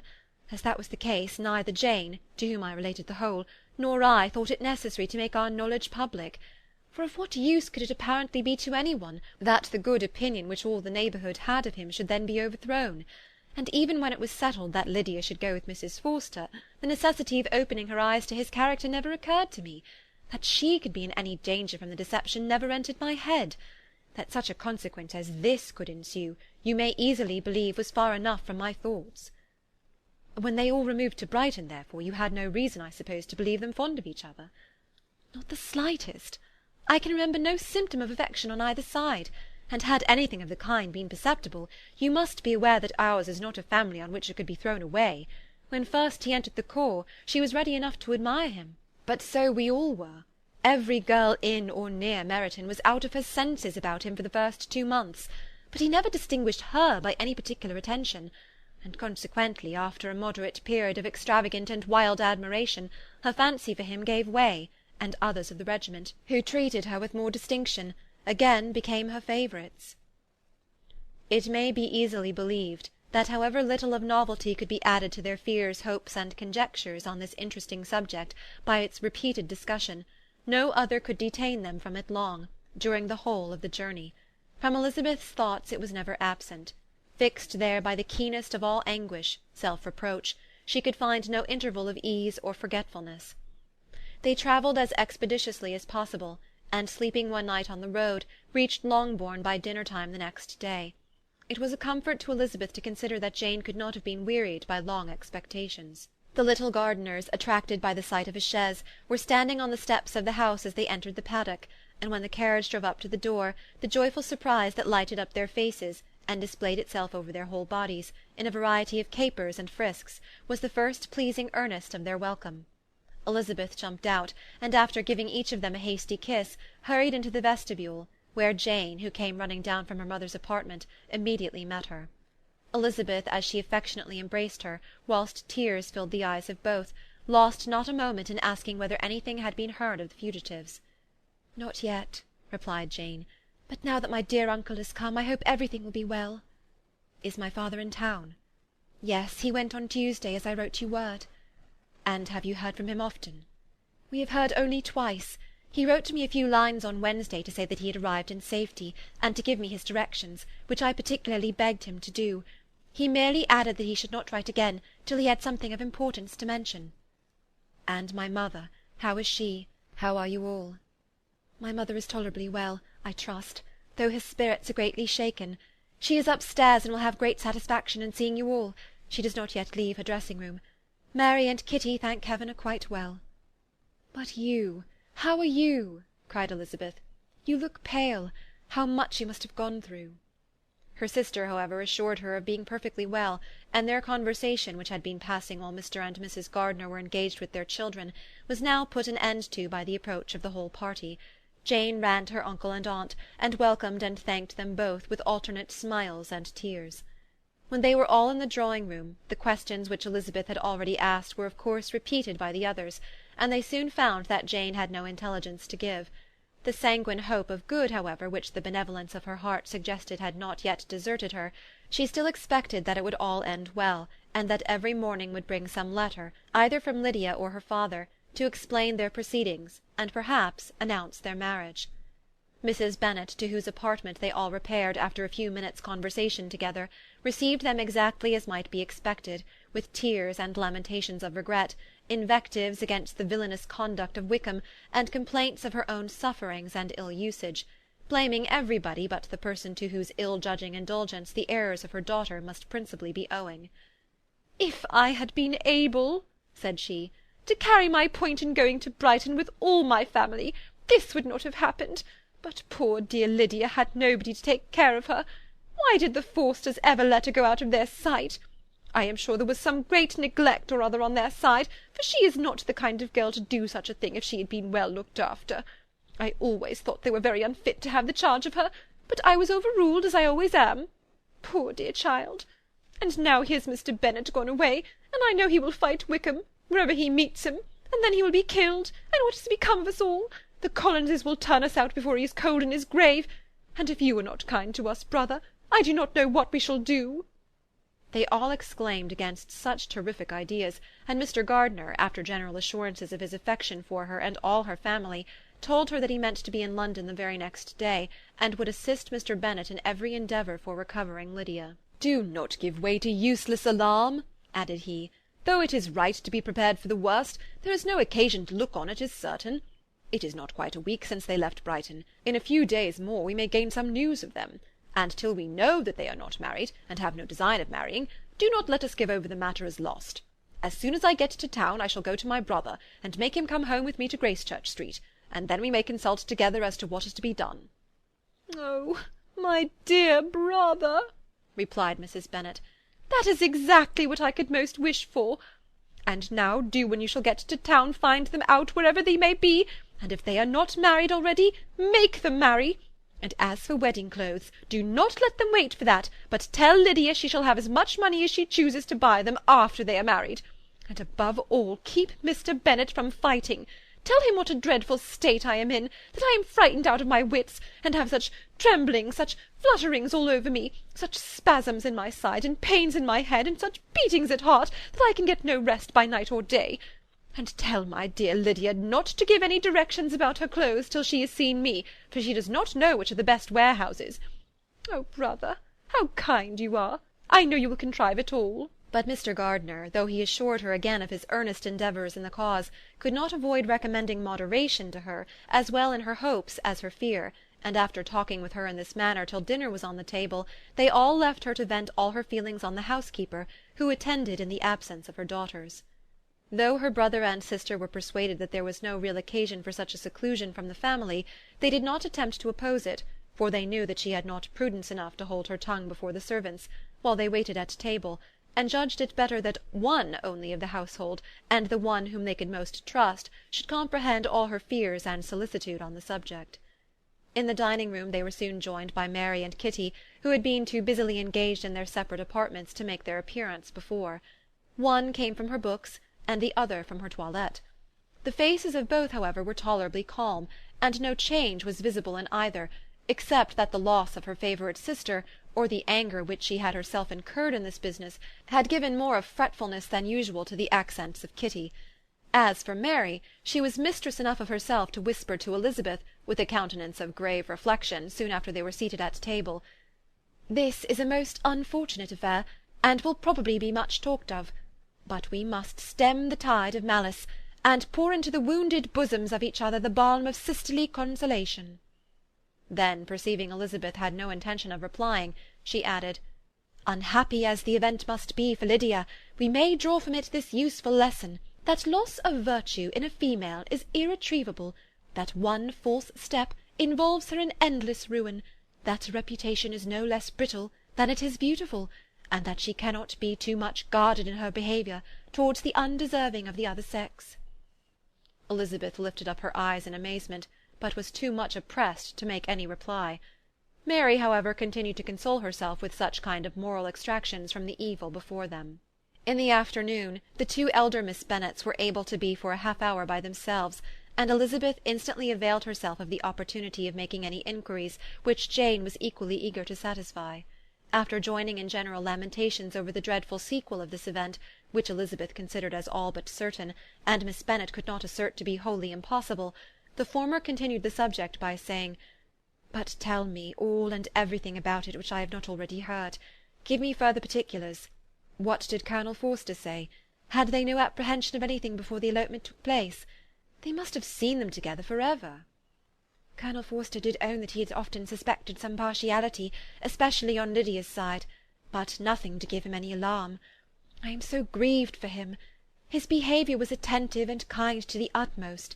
He was coming to us in order to assure us of his concern, before he had any idea of their not being gone to Scotland. When that apprehension first got abroad, it hastened his journey."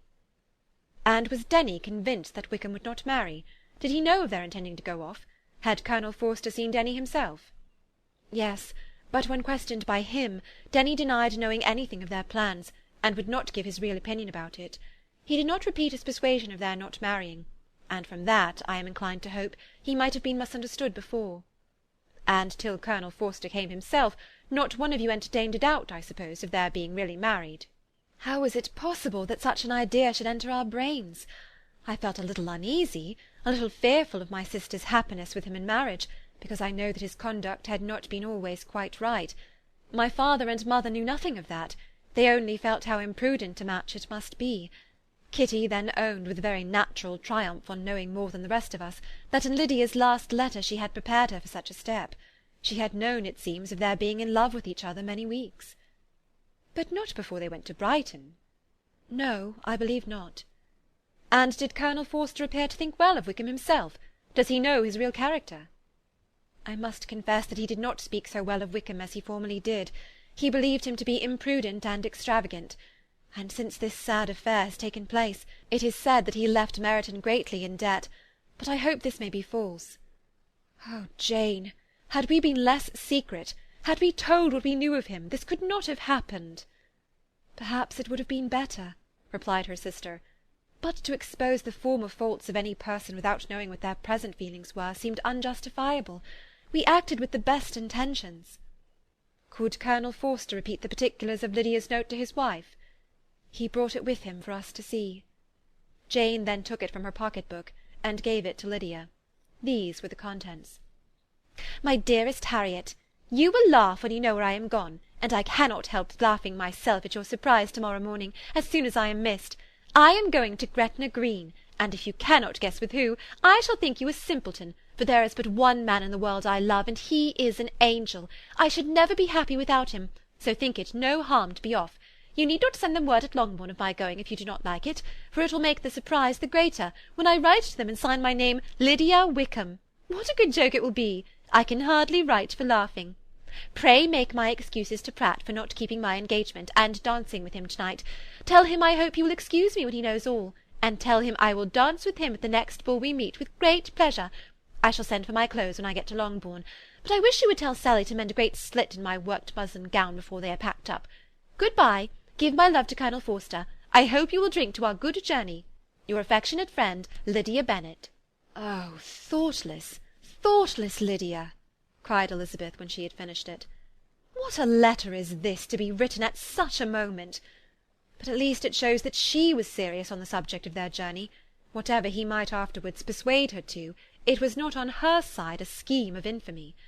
My poor father, how he must have felt it! I never saw anyone so shocked. He could not speak a word for full 10 minutes. My mother was taken ill immediately, and the whole house in such confusion." "Oh, Jane," cried Elizabeth, "was there a servant belonging to it who did not know the whole story before the end of the day?" "I do not know. I hope there was. But to be guarded at such a time is very difficult. My mother was in hysterics, and though I endeavoured to give her every assistance in my power, I am afraid I did not do so much as I might have done. But the horror of what might possibly happen almost took from me my faculties. Your attendance upon her has been too much for you. You do not look well. Oh, that I had been with you! You have had every care and anxiety upon yourself alone."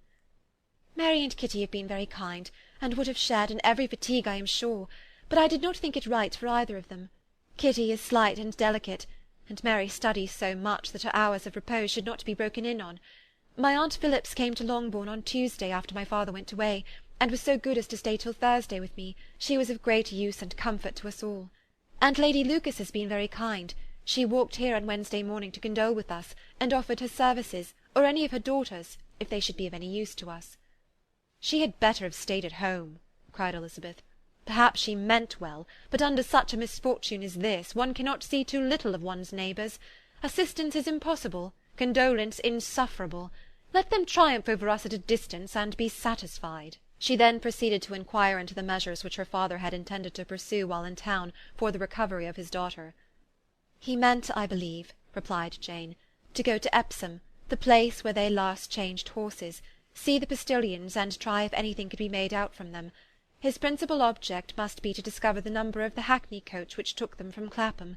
It had come with a fare from London, and as he thought that the circumstance of a gentleman and ladies removing from one carriage into another might be remarked, he meant to make inquiries at Clapham.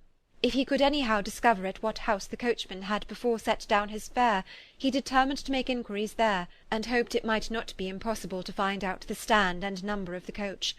I do not know of any other designs that he had formed, but he was in such a hurry to be gone, and his spirits so greatly discomposed, that I had difficulty in finding out even so much as this." Chapter 47. Pride and Prejudice, by Jane Austen. Chapter 48. The whole party were in hopes of a letter from Mr. Bennet the next morning, but the post came in without bringing a single line from him. His family knew him to be, on all common occasions, a most negligent and dilatory correspondent, but at such a time they had hoped for exertion. They were forced to conclude that he had no pleasing intelligence to send, but even of that they would have been glad to be certain. Mr. Gardiner had waited only for the letters before he set off. When he was gone, they were certain at least of receiving constant information of what was going on, and their uncle promised, at parting, to prevail on Mr. Bennet to return to Longbourn, as soon as he could, to the great consolation of his sister, who considered it as the only security for her husband's not being killed in a duel. Mrs. Gardiner and the children were to remain in Hertfordshire a few days longer, as the former thought her presence might be serviceable to her nieces. She shared in their attendance on Mrs. Bennet, and was a great comfort to them in their hours of freedom.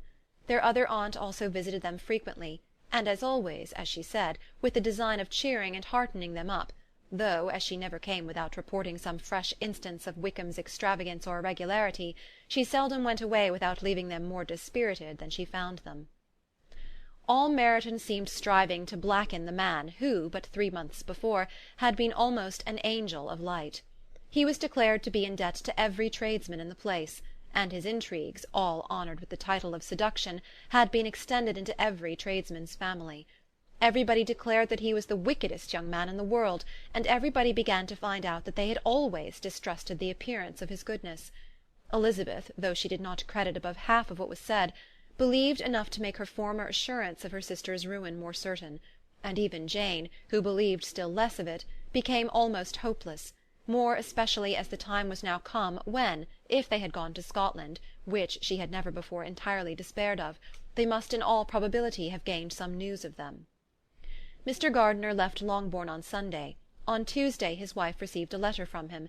It told them that, on his arrival, he had immediately found out his brother, and persuaded him to come to Gracechurch Street; that Mr. Bennet had been to Epsom and Clapham before his arrival, but without gaining any satisfactory information; and that he was now determined to inquire at all the principal hotels in town, as Mr. Bennet thought it possible that they might have gone to one of them, on their first coming to London, before they procured lodgings. Mr. Gardiner himself did not expect any success from this measure, but as his brother was eager in it, he meant to assist him in pursuing it. He added that Mr. Bennet seemed wholly disinclined at present to leave London, and promised to write again very soon. There was also a postscript to this effect. "I have written to Colonel Forster to desire him to find out, if possible, from some of the young man's intimates in the regiment, whether Wickham has any relations or connections who would be likely to know in what part of town he has now concealed himself. If there were any one that one could apply to with a probability of gaining such a clue as that, it might be of essential consequence. At present we have nothing to guide us. Colonel Forster will, I dare say, do everything in his power to satisfy us on this head. But on second thoughts, perhaps, Lizzie could tell us what relations he has now living better than any other person." Elizabeth was at no loss to understand from whence this deference to her authority proceeded, but it was not in her power to give any information of so satisfactory a nature as the compliment deserved. She had never heard of his having had any relations, except a father and a mother, both of whom had been dead many years. It was possible, however, that some of his companions in the shire might be able to give more information, and though she was not very sanguine in expecting it, the application was a something to look forward to. Every day at Longbourn was now a day of anxiety, but the most anxious part of each was when the post was expected. The arrival of letters was the grand object of every morning's impatience. Through letters, whatever of good or bad was to be told would be communicated, and every succeeding day was expected to bring some news of importance. But before they heard again from Mr. Gardiner, a letter arrived for their father, from a different quarter, from Mr. Collins, which, as Jane had received directions to open all that came for him in his absence, she accordingly read, and Elizabeth, who knew what curiosities his letters always were, looked over her and read it likewise. It was as follows: "My dear Sir, I feel myself called upon, by our relationship and my situation in life, to condole with you on the grievous affliction you are now suffering under, of which we were yesterday informed by a letter from Hertfordshire. Be assured, my dear Sir, that Mrs. Collins and myself sincerely sympathise with you and all your respectable family in your present distress, which must be of the bitterest kind, because proceeding from a cause which no time can remove. No arguments shall be wanting on my part that can alleviate so severe a misfortune, or that may comfort you under a circumstance that must be of all others the most afflicting to a parent's mind. The death of your daughter would have been a blessing in comparison of this, and it is the more to be lamented, because there is reason to suppose, as my dear Charlotte informs me, that this licentiousness of behaviour in your daughter has proceeded from a faulty degree of indulgence, though, at the same time, for the consolation of yourself and Mrs. Bennet, I am inclined to think that her own disposition must be naturally bad, or she could not be guilty of such an enormity at so early an age.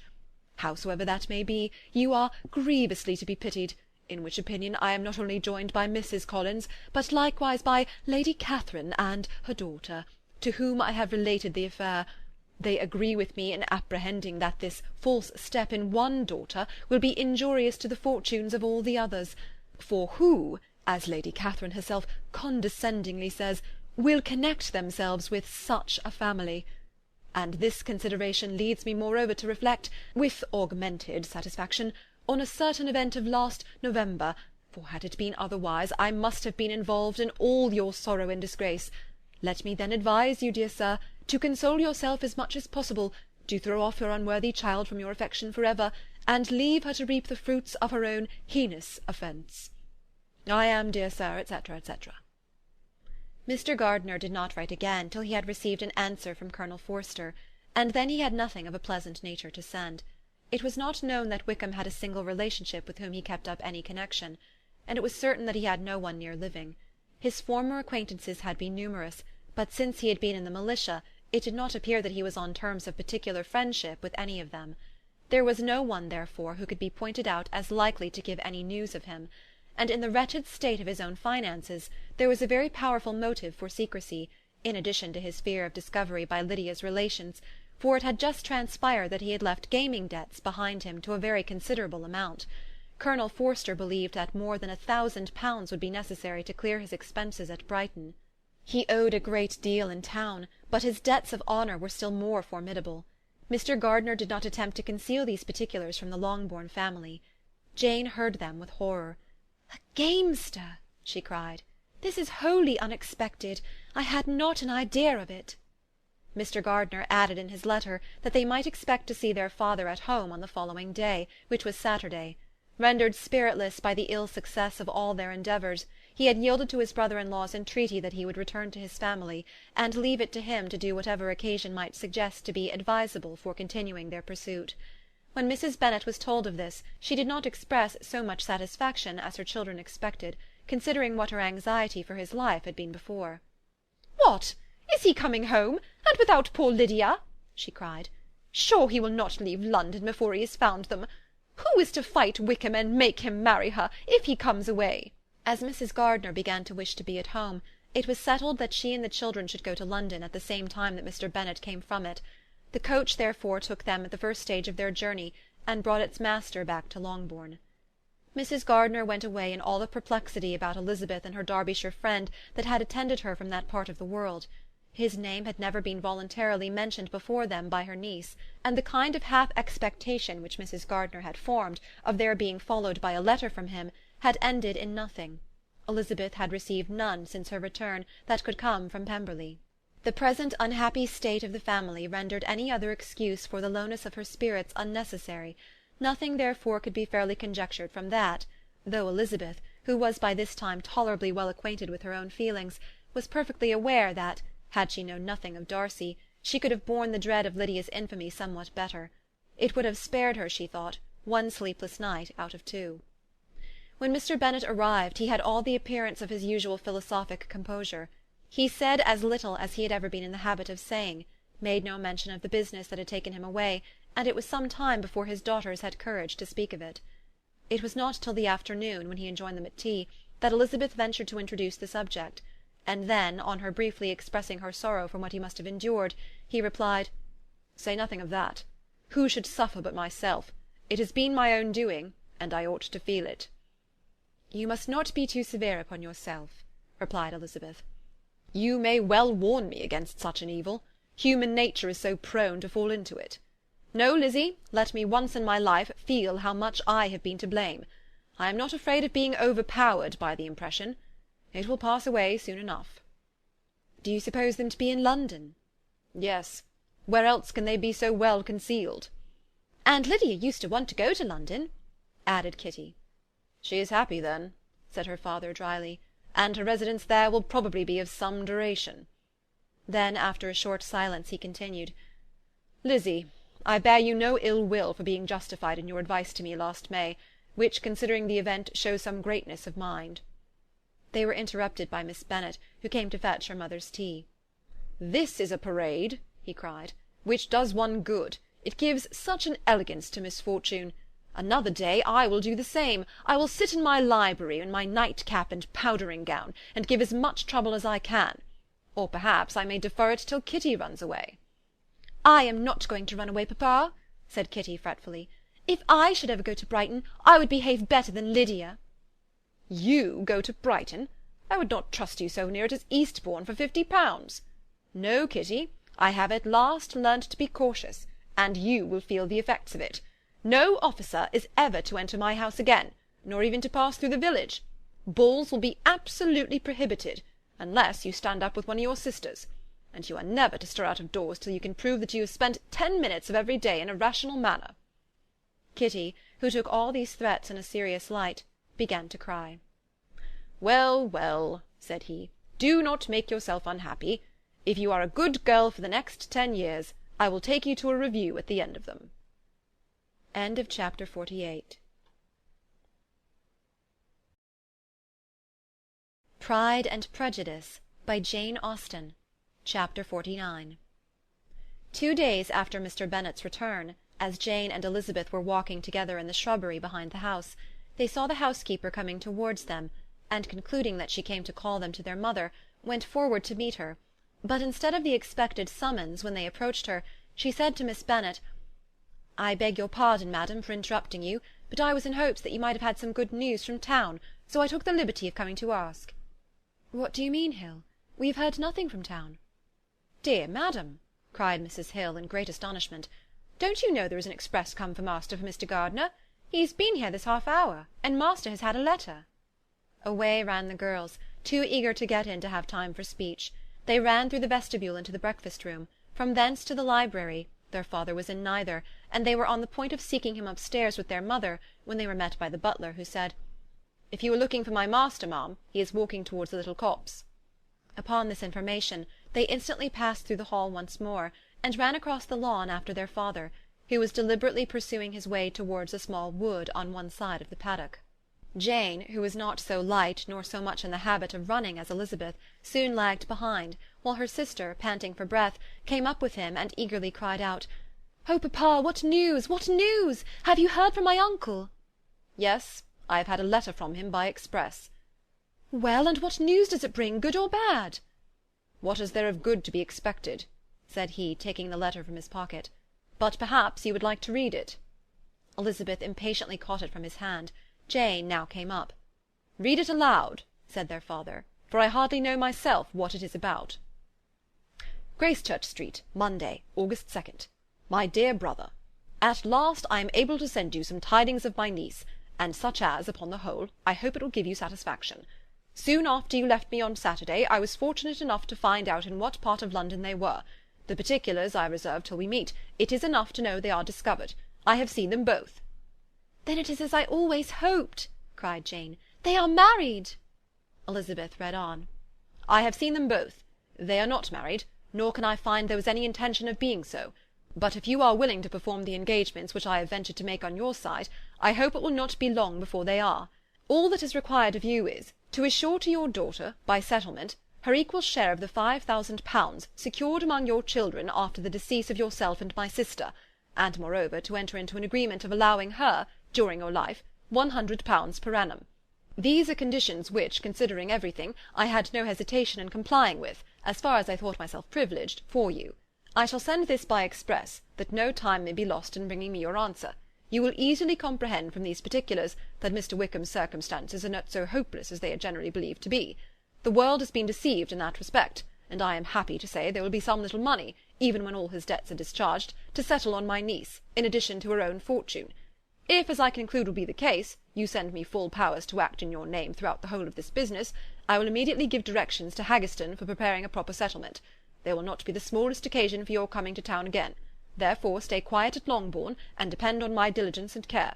Send back your answer as fast as you can, and be careful to write explicitly. We have judged it best that my niece should be married from this house, of which I hope you will approve. She comes to us to-day. I shall write again as soon as anything more is determined on. Yours, etc., Edward Gardiner. "Is it possible?" cried Elizabeth when she had finished. "Can it be possible that he will marry her?" "Wickham is not so undeserving then as we had thought him," said her sister. "My dear father, I congratulate you." "And have you answered the letter?" cried Elizabeth. "No, but it must be done soon." Most earnestly did she then entreat him to lose no more time before he wrote. "Oh, my dear father," she cried, "come back and write immediately. Consider how important every moment is in such a case." "Let me write for you," said Jane, "if you dislike the trouble yourself." "I dislike it very much," he replied, "but it must be done." And so saying, he turned back with them and walked towards the house. "And may I ask," asked Elizabeth, "but the terms, I suppose, must be complied with." "Complied with? I am only ashamed of his asking so little." "And they must marry. Yet he is such a man." "Yes, yes, they must marry. There is nothing else to be done. But there are two things that I want very much to know. One is, how much money your uncle has laid down to bring it about, and the other, how am I ever to pay him?" "Money? My uncle!" cried Jane. "What do you mean, sir?" "I mean that no man in his senses would marry Lydia on so slight a temptation as 100 a year during my life, and 50 after I am gone." "That is very true," said Elizabeth, "though it had not occurred to me before. His debts to be discharged, and something still to remain. Oh, it must be my uncle's doings. Generous, good man, I am afraid he has distressed himself. A small sum could not do all this." "No," said her father, "Wickham's a fool if he takes her with a farthing less than £10,000. I should be sorry to think so ill of him in the very beginning of our relationship." £10,000! Heaven forbid! How is half such a sum to be repaid? Mr. Bennet made no answer, and each of them, deep in thought, continued silent till they reached the house. Their father then went on to the library to walk, and the girls walked into the breakfast-room. "And they are really to be married?" cried Elizabeth, as soon as they were by themselves. How strange this is! And for this we are to be thankful. That they should marry, small as is their chance of happiness, and wretched as is his character, we are forced to rejoice. Oh, Lydia!" "I comfort myself with thinking," replied Jane, "that he certainly would not marry Lydia if he had not a real regard for her. Though our kind uncle has done something towards clearing him, I cannot believe that £10,000, or anything like it, has been advanced. He has children of his own, and may have more. How could he spare half £10,000? "If he were ever able to learn what Wickham's debts have been," said Elizabeth, "and how much is settled on his side on our sister, we shall exactly know what Mr. Gardiner has done for them, because Wickham has not a sixpence of his own. The kindness of my uncle and aunt can never be requited. Their taking her home, and affording her their personal protection and countenance, is such a sacrifice to her advantage as years of gratitude cannot enough acknowledge. By this time she is actually with them. If such goodness does not make her miserable now, she will never deserve to be happy. What a meeting for her, when she first sees my aunt!" "We must endeavour to forget all that has passed on either side," said Jane. "I hope and trust they will yet be happy. His consenting to marry her is a proof, I will believe, that he has come to a right way of thinking. Their mutual affection will steady them, and I flatter myself they will settle so quietly, and live in so rational a manner, as may in time make their past imprudence forgotten." "Their conduct has been such," replied Elizabeth, "as neither you nor I nor anybody can ever forget. It is useless to talk of it." It now occurred to the girls that their mother was in all likelihood perfectly ignorant of what had happened. They went to the library, therefore, and asked their father whether he would not wish them to make it known to her. He was writing, and without raising his head, coolly replied, "Just as you please." "May we take my uncle's letter to read to her?" "Take whatever you like, and get away." Elizabeth took the letter from his writing-table, and they went upstairs together. Mary and Kitty were both with Mrs. Bennet. One communication would, therefore, do for all. After a slight preparation for good news, the letter was read aloud. Mrs. Bennet could hardly contain herself. As soon as Jane had read Mr. Gardiner's hope of Lydia's being soon married, her joy burst forth, and every following sentence added to its exuberance. She was now in an irritation as violent from delight as she had ever been fidgety from alarm and vexation. To know that her daughter would be married was enough. She was disturbed by no fear for her felicity, nor humbled by any remembrance of her misconduct. "My dear, dear Lydia!" she cried. "This is delightful indeed. She will be married. I shall see her again. She will be married at 16. My good, kind brother! I knew how it would be. I knew he would manage everything. How I long to see her, and to see dear Wickham too! Oh, but the clothes, the wedding clothes! I will write to my sister Gardiner about them directly. Lizzie, my dear, run down to your father and ask him how much he will give her. Oh, stay, stay, I will go myself. Ring the bell, Kitty, for Hill. I will put on my things in a moment. My dear, dear Lydia, how merry we shall be together when we meet!" Her eldest daughter endeavoured to give some relief to the violence of these transports by leading her thoughts to the obligations which Mr. Gardiner's behaviour laid them all under. "For we must attribute this happy conclusion," she added, "in a great measure to his kindness. We are persuaded that he has pledged himself to assist Mr. Wickham with money." "Well," cried her mother, "it is all very right. Who should do it but her own uncle? If he had not a family of his own, I and my children must have had all his money, you know, and it is the first time we had ever had anything from him except a few presents. Well, I am so happy. In a short time I shall have a daughter married. Mrs. Wickham! How well it sounds! And she was only 16 last June. My dear Jane, I am in such a flutter that I am sure I can't write, so I will dictate and you will write for me. We will settle with your father about the money afterwards, but the things should be ordered immediately." She was then proceeding to all the particulars of calico, muslin, and cambric, and would shortly have dictated some very plentiful orders, had not Jane, though with some difficulty, persuaded her to wait till her father was at leisure to be consulted. One day's delay, she observed, would be of small importance, and her mother was too happy to be quite so obstinate as usual. Other schemes, too, came into her head. "I will go to Meryton," said she, "as soon as I am dressed, and tell the good news to my sister Phillips. And as soon as I come back, I can call on Lady Lucas and Mrs. Long. Kitty, run down and order the carriage. An airing would do me a great deal of good, I am sure. Girls, can I do anything for you in Meryton?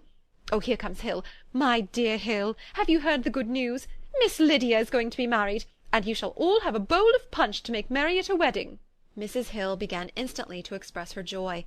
Elizabeth received her congratulations among the rest, and then, sick of this folly, took refuge in her own room, that she might think with freedom. Poor Lydia's situation must at best be bad enough, but that it was no worse she had need to be thankful. She felt it so, and though in looking forward neither rational happiness nor worldly prosperity could be justly expected for her sister, in looking back to what they had feared only 2 hours ago, she felt all the advantages of what they had gained. Chapter 49.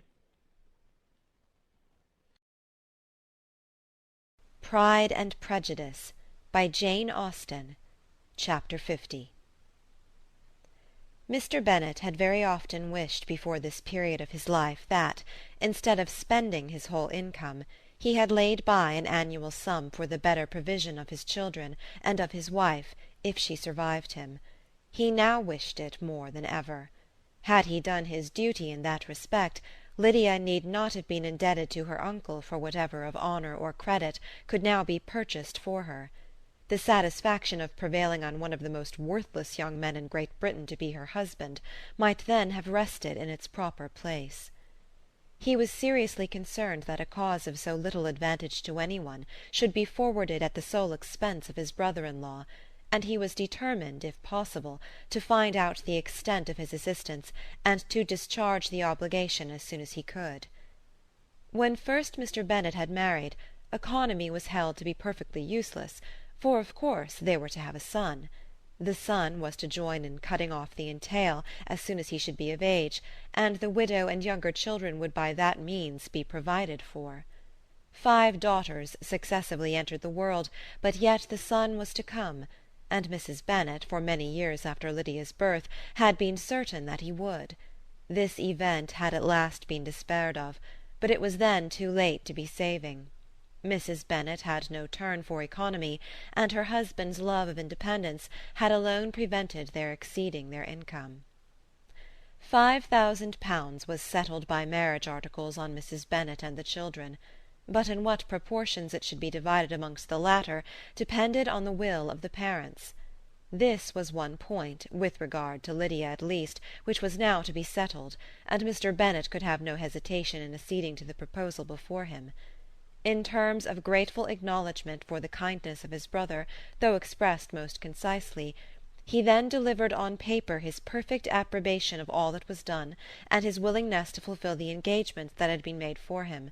He had never before supposed that, could Wickham be prevailed on to marry his daughter, it would be done with so little inconvenience to himself as by the present arrangement.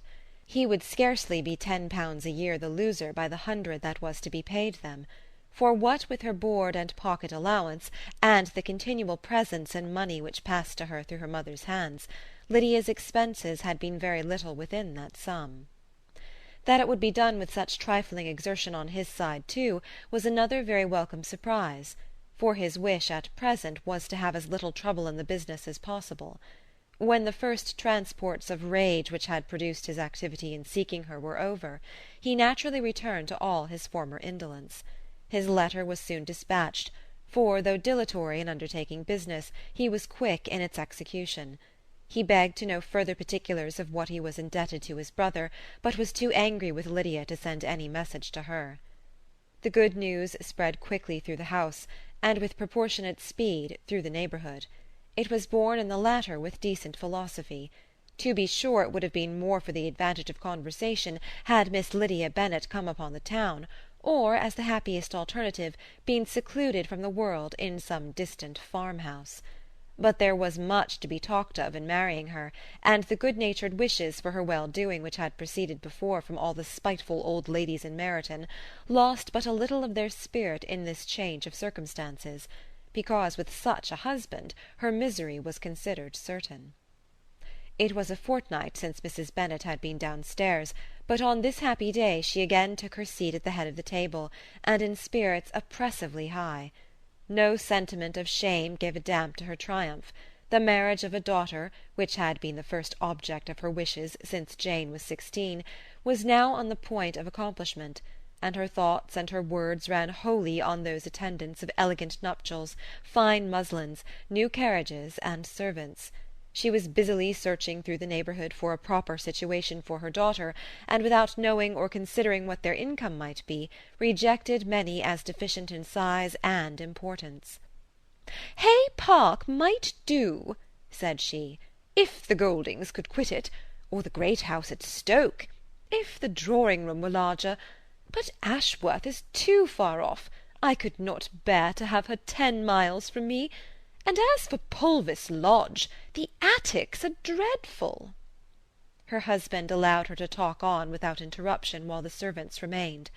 But when they had withdrawn, he said to her, "Mrs. Bennet, before you take any or all of those houses for your son and daughter, let us come to a right understanding. Into one house in this neighbourhood they shall never have admittance. I will not encourage the impudence of either by receiving them at Longbourn." A long dispute followed this declaration, but Mr. Bennet was firm. It soon led to another, and Mrs. Bennet found, with amazement and horror, that her husband would not advance a guinea to buy clothes for his daughter. He protested that she should receive from him no mark of affection whatever on the occasion. Mrs. Bennet could hardly comprehend it. That his anger could be carried to such a point of inconceivable resentment as to refuse his daughter a privilege without which her marriage would scarcely seem valid, exceeded all she could believe possible. She was more alive to the disgrace which her want of new clothes must reflect on her daughter's nuptials than to any sense of shame at her eloping and living with Wickham a fortnight before they took place. Elizabeth was now most heartily sorry that she had, from the distress of the moment, been led to make Mr. Darcy acquainted with their fears for her sister, for since her marriage would so shortly give the proper termination to the elopement, they might hope to conceal its unfavourable beginning from all those who were not immediately on the spot. She had no fear of its spreading farther through his means. There were few people on whose secrecy she would have more confidently depended, but at the same time there was no one whose knowledge of a sister's frailty would have mortified her so much, not, however, from any fear of disadvantage from it individually to herself, for at any rate there seemed a gulf impassable between them. Had Lydia's marriage been concluded on the most honourable terms, it was not to be supposed that Mr. Darcy would connect himself with a family where, to every other objection, would now be added an alliance and relationship of the nearest kind with a man whom he so justly scorned. From such a connection she could not wonder that he would shrink. The wish of procuring her regard, which she had assured herself of his feeling in Derbyshire, could not in rational expectation survive such a blow as this. She was humbled, she was grieved, she repented, though she hardly knew of what. She became jealous of his esteem, when she could no longer hope to be benefited by it. She wanted to hear of him, when there seemed the least chance of gaining intelligence. She was convinced that she could have been happy with him, when it was no longer likely they should meet. What a triumph for him, as she often thought, could he know that the proposals which she had proudly spurned only 4 months ago would now have been most gladly and gratefully received. He was as generous, she doubted not, as the most generous of his sex, but while he was mortal there must be a triumph. She began now to comprehend that he was exactly the man who, in disposition and talents, would most suit her. His understanding and temper, though unlike her own, would have answered all her wishes. It was an union that must have been to the advantage of both. By her ease and liveliness, his mind might have been softened, his manners improved, and from his judgment, information, and knowledge of the world, she must have received benefit of greater importance. But no such happy marriage could now teach the admiring multitude what connubial felicity really was. An union of a different tendency, and precluding the possibility of the other, was soon to be formed in their family. How Wickham and Lydia were to be supported in tolerable independence she could not imagine, but how little of permanent happiness could belong to a couple who were only brought together because their passions were stronger than their virtue she could easily conjecture. Mr. Gardiner soon wrote again to his brother. To Mr. Bennet's acknowledgments he briefly replied, with assurance of his eagerness to promote the welfare of any of his family, and concluded with entreaties that the subject might never be mentioned to him again. The principal purport of his letter was to inform them that Mr. Wickham had resolved on quitting the militia. "It was greatly my wish that he should do so," he added, "as soon as his marriage was fixed on. and I think you will agree with me in considering the removal from that corps as highly advisable, both on his account and my niece's. It is Mr. Wickham's intention to go into the regulars, and among his former friends there are still some who are able and willing to assist him in the army. He has the promise of an ensigncy in General Blank's regiment, now quartered in the north. It is an advantage to have it so far from this part of the kingdom. He promises fairly, and I hope among different people, where they may each have a character to preserve, they will both be more prudent. I have written to Colonel Forster to inform him of our present arrangements, and to request that he will satisfy the various creditors of Mr. Wickham in and near Brighton with assurances of speedy payment, for which I have pledged myself. And will you give yourself the trouble of carrying similar assurances to his creditors in Meryton, of whom I shall subjoin a list according to his information. He has given in all his debts. I hope at least he has not deceived us. Haggerston has our directions, and all will be completed in a week. They will then join his regiment, unless they are first invited to Longbourn, and I understand from Mrs. Gardiner that my niece is very desirous of seeing you all before she leaves the south. She is well, and begs to be dutifully remembered to you and your mother. Yours, etc., E. Gardiner. Mr. Bennet and his daughters saw all the advantages of Wickham's removal from the Blankshire as clearly as Mr. Gardiner could do. But Mrs. Bennet was not so well pleased with it. Lydia's being settled in the north, just when she had expected most pleasure and pride in her company, for she had by no means given up her plan of their residing in Hertfordshire, was a severe disappointment, and besides it was such a pity that Lydia should be taken from a regiment where she was acquainted with everybody, and had so many favourites. "She is so fond of Mrs. Forster," said she, "it will be quite shocking to send her away. And there are several of the young men, too, that she likes very much. The officers may not be so pleasant in General Blank's regiment." His daughter's request, for such it might be considered, of being admitted into her family again before she set off for the north, received at first an absolute negative. But Jane and Elizabeth, who agreed in wishing, for the sake of their sister's feelings and consequence, that she should be noticed on her marriage by her parents, urged him so earnestly, yet so rationally and so mildly, to receive her and her husband at Longbourn as soon as they were married, that he was prevailed on to think as they thought and act as they wished. And their mother had the satisfaction of knowing that she would be able to show her married daughter in the neighbourhood before she was banished to the north. When Mr. Bennet wrote again to his brother, therefore, he sent his permission for them to come, and it was settled that as soon as the ceremony was over they should proceed to Longbourn. Elizabeth was surprised, however, that Wickham should consent to such a scheme, and had she consulted only her own inclination, any meeting with him would have been the last object of her wishes. Chapter 50